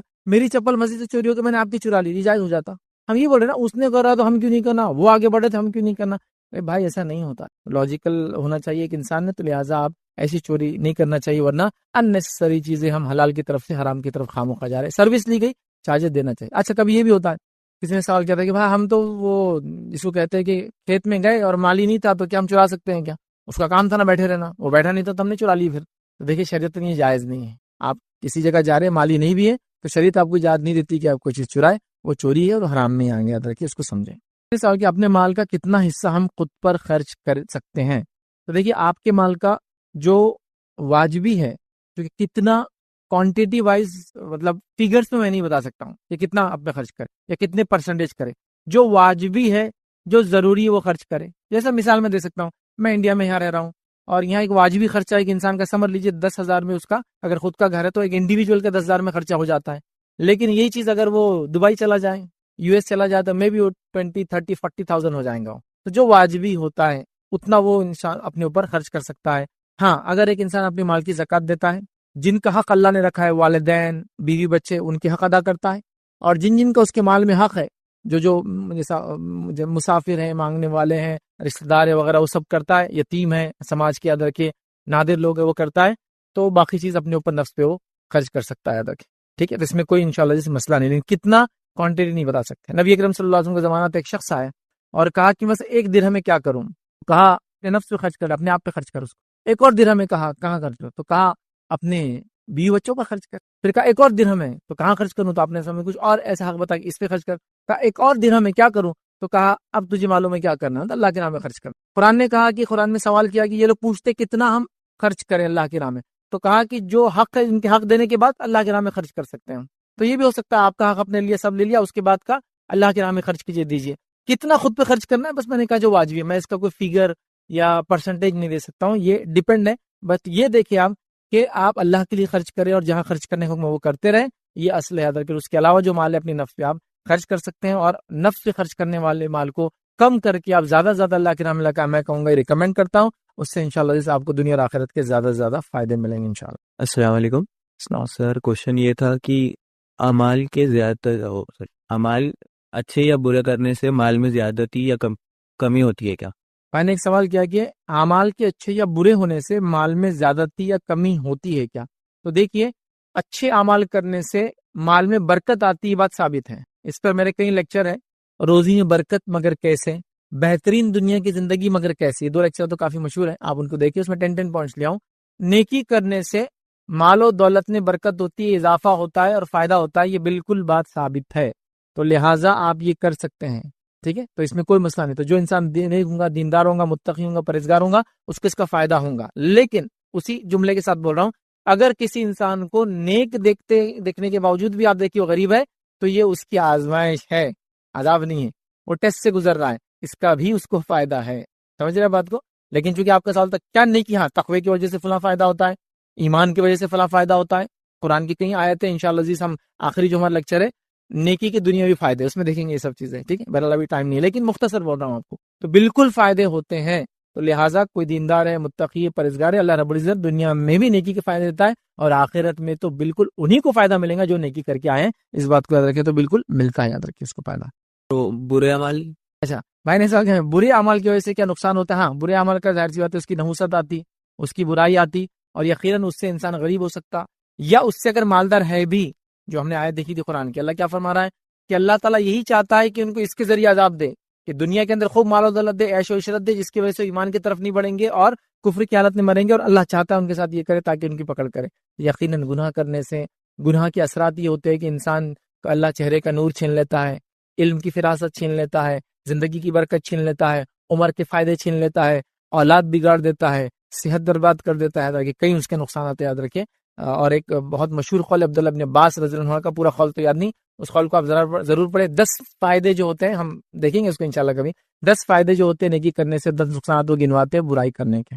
کسی نے ایک سوال کیا, رسول اللہ صلی اللہ علیہ وسلم نے ہمیشہ غریب رہنے کی دعا کی, اور ہمارا مال اور رزق کی دعا کرنا کیا صحیح ہے؟ تو دیکھیں, نبی اکرم صلی اللہ علیہ وسلم نے غریبی کی دعا نہیں کی, مسکینی کو آپ نے پسند کیا, اور اللہ کے رسول صلی اللہ علیہ وسلم کا یہ بائی چوائس تھا. لیکن امت کو آپ نے نہیں کہا کہ اس کو چوائس کو آپ آپٹ کرو, یہ بائی چوائس تھا. نبی اکرم صلی اللہ علیہ وسلم کو آفر دیا گیا تھا اللہ کی طرف سے, آپ کیا کرنا چاہیں گے, کیا ویسے نبی بننا چاہیں گے جیسے داؤد علیہ السلام اور سلیمان علیہ السلام تھے, بادشاہ نبی, یا ویسے نبی بننا چاہیں گے جو اللہ کا عاجز بندہ. آپ کو آپشن دیا گیا تھا, مالدار نبی یا آپ عام. تو آپ صلی اللہ علیہ وسلم نے کہا میں اللہ کا عاجز بندہ جو ہے بن کر رہنا پسند کرتا ہوں, یاد رکھیں. ٹھیک ہے, تو لہٰذا آپ سے کچھ آپشن تھا, اور آپ نے اب کیا بائی چوائس کہ میں مسکینوں کو اختیار کروں گا. بلکہ آپ کی کچھ دعائیں بھی ثابت ہیں کہ اللہ مجھے مسکین رکھ, مسکینوں میرا شمار کر, روز خان مسکینوں مجھے اٹھا. ٹھیک ہے, تو لہٰذا آپ کا بائی چوائس تھا. تو اب سوال یہ تھا کہ اللہ کے رسول نے تو مسکینی کی بات کی, اور ہم جو رزق کی دعا کر رہے ہیں, کیسے ہی آپ بالکل رزق کی دعا کر سکتے ہیں, اس میں کیا مسئلہ ہے. ایسے مال کی آپ دعا کیجئے جو مال آپ کو دنیا کا خیر اور آخرت کا خیر لائے, تو کوئی مسئلہ نہیں اس کے اندر.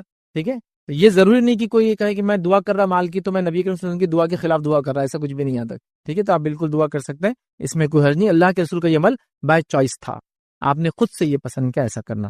بیماری اور برے وقت کے لیے مال جمع کرنا اسلام میں جائز ہے کیا؟ کسی نے ایک سوال کیا، بیماری کے وقت جو ہے یا بیماری یا کوئی سمجھ لیجیے کہ ایسا حالات سچویشن لائف میں آ سکتی ہے، اس کے لیے مال جمع کرنا کیسا ہے؟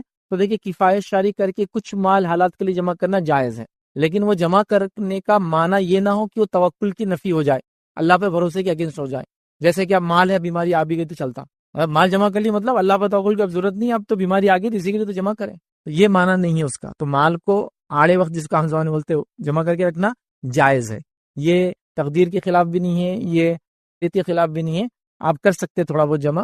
کفایت شاری میں نے کئی بار اپنے لیکچرز اور کلپس میں بتایا، کفایت شاری بہت اچھی چیز ہے، پہلے زمانے میں عورتوں کا یہ ایک معمول تھا، کچھ نہ کچھ پیسے اٹھا کے پیچھے رکھتے تھے، دیواروں میں کبھی غلے ہوتے تھے اس میں ڈال دیتے تھے، پھر ضرورت کی تو غلہ نکلتا تھا اور کچھ نہ کچھ رقم مل جاتی تھی جس سے کچھ نہ کچھ کام ہو جاتے تھے ماشاءاللہ۔ کفایت شاری اچھی بات ہے، تو تھوڑا بہت رکھنا اٹھا کے، اس میں کوئی حرج نہیں، بس وہ چیز یاد رکھے کہ اللہ پہ توکل یا اس کے توکل کے منافی کوئی چیز نہ ہو، مطلب ایسا نہ ہو کہ اللہ پہ بھروسہ نہ ہو اس لیے ہم یہ کر رہے ہیں، ایسا ہوگا، بلکہ احتیاطاً کوئی چیزیں کرنا بالکل جائز ہے، اس میں کوئی حرج نہیں، یاد رکھے۔ جس کے پاس مال نہیں ہے اور وہ خدمت کر سکتا ہے تو وہ صدقے میں شامل ہو سکتا ہے یا نہیں؟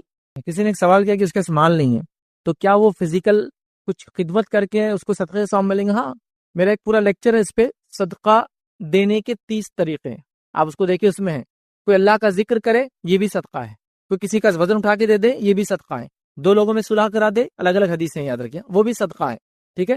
لوگوں کو اپنے شر سے محفوظ رکھے، میں شر پسند آدمی ہوں لیکن میں اگر جاتے کو چھوڑ دیا وہ بھی صدقہ ہے، بھائی کو مسکرا کے دیکھنا اپنے یہ بھی صدقہ ہے۔ تو صدقے کی کئی اقسام ہے، 30 سے زائد ہے، میں نے تو 30 رکھے ہیں، تو یقیناً اگر آپ پیسے والے نہیں ہیں یا آپ کے پاس پیسے نہیں ہیں تو آپ بالکل خدمت کر کے صدقہ دے سکتے ہیں، لیکن میرے اس جواب کا کوئی یہ معنی نہیں کہ اب پیسے بھی ہے تو میں خدمتیں کرتے رہوں گا، خالی پیسے والا تو پیسے خرچ کرے گا اور پیسے کے ساتھ خدمت بھی کرے گا، لیکن جس کے پاس مال نہیں ہے تو وہ اس طرح سے صدقہ دے سکتا ہے۔ یاد رکھیے حدیث میں تمام وہ جو حدیث میں نے آپ کے سامنے جس میں رکھا کہ کیا کیا چیزوں صدقہ ہوتا ہے، اس میں الفاظ یہ ہے کہ ہر انسان پر ہر روز اس کے 360 ہڈیوں پر صدقہ ہے، مطلب اس کو کرنا ہے۔ پھر اس میں حدیث میں الفاظ ہے کہ اللہ کا ذکر کر دے یہ بھی صدقہ ہے، جھگڑا نپٹا دے صدقہ ہے، سواری پہ سوار کر دے صدقہ ہے، کسی کا وزن اٹھا لے صدقہ ہے، تو اس میں سارے الفاظ ہیں۔ السلام علیکم، میرا نام عبدالبر ہے، میں ایک اسٹوڈنٹ ہوں۔ میرا سوال یہ ہے کہ اگر 2 کنڈیشنز ہے، پہلی کنڈیشن یہ کہ کوئی بزنس ہے اور اس میں انجانے میں حرام کمائی ہو گئی ہے، اور دوسری کنڈیشن یہ کہ جان بوجھ کر حرام کمائی کی گئی ہے پر بعد میں احساس ہو گیا کہ یہ جو کیا یہ غلط تھا، تو یہ 2 کنڈیشنز میں جو حرام مال ہوگا اس کا کفایہ کیسے ادا کرے؟ سوال آیا کہ ایک انسان ہے اس کے مال کماتا ہے اور ایک بار اس نے انجانے میں حرام مال کما لیا، اس کو پتہ نہیں چلا، اور ایک ہے جان بوجھ کے کیا۔ اب دیکھیے انجانے میں اگر کسی نے حرام مال کما لیا تو ریکویسٹ تو پہلے میں ہی کروں گا، اب جو بھی آپ کر رہے ہیں پہلے جانے کیوں حلال ہے نہیں ہے۔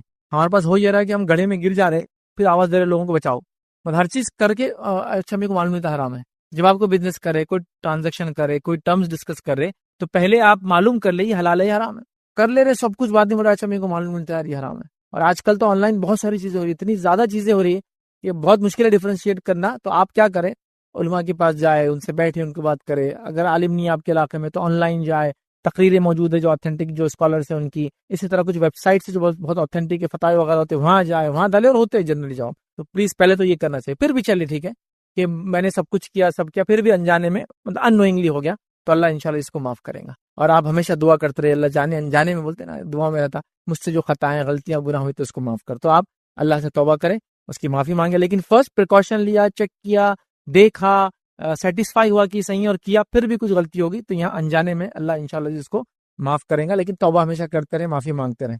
اب کسی نے جان بوجھ کے یہ کام کیا، انجان والے کو تو شاید پتہ ہی نہیں چلا، اگر انجان والے کو بعد میں پتہ چل گیا یہ غلطی ہوئی تو اس کو تلافی کرنا ہے، یہ نہیں کہ اب ہو گیا تو چھوڑ دینا ہے، اگر اس کو معلوم ہو گیا آج چھوڑنا بھی ہے، اور تلافی مطلب جیسے تیسے اس کو نپٹانا ہے پھر پورا، تاکہ اگر پتہ چل گیا کہ میں نے 100 روپیز حرام کما لیے تھے، اب پتہ چلا تو اس کو 100 روپیز کو نکالنا ہے اپنی انکم میں سے، اور اگر کوئی سسٹم تھا اس کو بند کرنا ہے، ساری چیزوں کو اپنی جگہ پہ کرنا ہے، وہ سب بھی کرنا ہے۔ نوئنگلی کیا تھا تو ظاہر سی بات ہے تو گناہ کبیرہ ہے، اور اس کو چاہیے کہ توبہ کرے اور سارا چیزوں کو میٹر کو نپٹائے، اس چیز کو چھوڑے، توبہ کرے، اس پیسے کو اپنے مال سے نکالے۔ اب کبھی ایسا ہوتا کسی کا بیک گراؤنڈ 100% ایسا تھا، مطلب آیا اس بیک گراؤنڈ سے، اس کے بعد اس کو سمجھ میں آیا ہوتا ہے نا کیسا خاندانی کوئی شراب کی کمپنی ایسے مسلمانوں میں کم ہے جن کو معلوم نہ ہوگی شراب حرام ہے تھی. اب وہ آ گیا تو وہ کیا کریں گا بیچارہ, اس کا تو وہی تھا. تو وہ ساری چیزوں کو نپٹائے, ختم کرے, اور وہاں موجودہ علماء کے پاس جائے, مفتیان, ان کو بتائیے مسئلہ, انشاءاللہ اس کو سلوشن دیں گے. یہاں نوئنگلی اس نے کیا تو اس کو چاہیے کہ توبہ کرے, چیزوں کو نپٹائے, اس بزنس کو بہرحال بند کرے اور اللہ سے معافی مانگے. توبہ انسان اگر کرے تو اس کی موت مطلب نزا کی حالت سے پہلے تک یا قیامت کی کسی علامت بڑی آنے سے پہلے تک وہ توبہ کر سکتا ہے. تو بہرحال وہ اللہ تعالیٰ سے توبہ کرے. نے سوال کیا, ہاؤس وائف جو مال نہیں کماتی انہیں مال کے فتنے سے کیسا ڈر؟ دیکھیے, ہاؤس وائف جو مال نہیں کماتی, مال کا فتنہ تو اس کے لیے بھی ہے, کیوں تو اگر اس کا ہسبینڈ مال کی فتنے میں مبتلا ہے اور وہ اس کی سپورٹر ہے تو دونوں مال کی فتنے میں مبتلا ہے. جیسا ہسبینڈ حرام کما رہا, وائف کچھ نہیں بول رہی اس کو معلوم ہوتے ہوئے, تو وہ بھی چاہ رہی حرام کمائے, وہ بھی مال کی فتنے میں مبتلا ہو گئی. ہسبینڈ نے مال کمایا, وائف کو تکبر آ گیا, وہ بھی مال کی فتنے میں پھنس گئی بیچاری جا کر. ٹھیک, ہسبینڈ نے کمایا, وائف نے فضول خرچ کیا, فضول خرچ بھی تو پوائنٹ تھا ہمارا, وہ بھی مال کی فتنے میں پھنس گئی پھر بیچاری. ہسبینڈ کما رہا ہے اور چاہ رہا ہے کہ اللہ کے نام میں خرچ کرو, وائف بول رہی ہے آپ نے خرچ کرنا, اگر وہ وہاں کرے نا تو میں ایسا ویسا کر دوں گی, چل جاتی میں کہ, وائف بھی مال کی فتنے میں آ گئی. تو جہاں ہسبینڈ ہے, جہاں کمانے والا ہے, اس کے ساتھ جتنی وہ بھی اس کے فتنے میں, ماں بھی مجھے فتنے میں کہ بیٹے کو نصیحت نہیں کرتی حلال کماؤ, یہ بھی مال کے فتنے میں آ گئی. تو بہرحال سب ہے. تو اگر کوئی عورت کماتی نہیں تو یہ نہ سمجھے کہ مال کے فتنے میں نہیں پڑیں گی, بلکہ مال کے فتنے میں تو مردوں سے زیادہ عورتیں مبتلا ہے. آپ دیکھیں کہ ہسبینڈ کما رہا ہے تو کوئی پرواہ نہیں ہو رہا, زندگی اس کی چل رہی ہے آرام سے, اس کا جو شو آف کا معاملہ ہے پورا وائف اور بچے ہی کرے گا دنیا کے اندر کہ ہمارا باپ فلاں ہے, جس کو بولتے ہیں جو ایم ایل اے, اس نے تو کچھ فائدہ نہیں اٹھایا, بھتیجی اور بھانجی فائدہ اٹھا رہے اس کے سے. ایم ایل اے ہونے کا ہوتا ہے نا, چاچا ہی ہمارے ایم ایل اے کیا ہوتا, تو وہ زیادہ فائدہ اٹھا لیتے اس کے بچوں سے, اس سے ایسی حالت ہے. تو بہرحال یہ تو فتنہ یاد رکھی تو عورتیں بھی انوالو ہے. جیسا ہسبینڈ حرام کما رہا, عورت کو پتا ہے اس نے کچھ نہیں کہا, روکا نہیں, وہ بھی مبتلا ہے, دونوں نے حرام کمایا. تو بہرحال عورتیں بھی مال کی فتنے میں, ان کو بھی ڈرنا چاہیے, اور اپنے جو مال کماتے ہیں ان کو ہمیشہ نصیحت کرتے رہنا چاہیے کہ وہ حلال کمائیں. السلام علیکم, میرا نام شاہد انصاری ہے, میں بزنس مین ہوں. جیسے کہ فیض بھی ابھی آپ نے بولے کہ مہنگائی کا زمانہ ہے, بہت زیادہ مہنگائی ہوگی, تو ابھی جو خریدی وغیرہ کر رہے تو دبا کے مطلب خرچہ ہو رہا, تو یہ بھی کیا فضول خرچی کی مہنگا کیا؟ میں نے سوال کیا کہ اگر انسان کما رہا ہے, آج کل تو مہنگائی بہت زیادہ ہے تو خرچ بھی بہت زیادہ ہو رہا, تو کیا فضول خرچی میں آئیں گا؟ تو دیکھیے فضول خرچی کے بارے میں جیسا میں نے کہا, اس کا پیمانہ بہت ممکن نہیں ہے کہ میں بتاؤں کہ ہاں یہ فضول خرچی نہیں ہے. ہر انسان کی انکم گروپ الگ ہے, تو خرچ اور فضول خرچی کے پیمانے چینج ہو جاتے ہیں. تو ٹف ہے, لیکچر میں بھی اور بیچ میں نے اس کا رسپانس کرنے کی کوشش کی,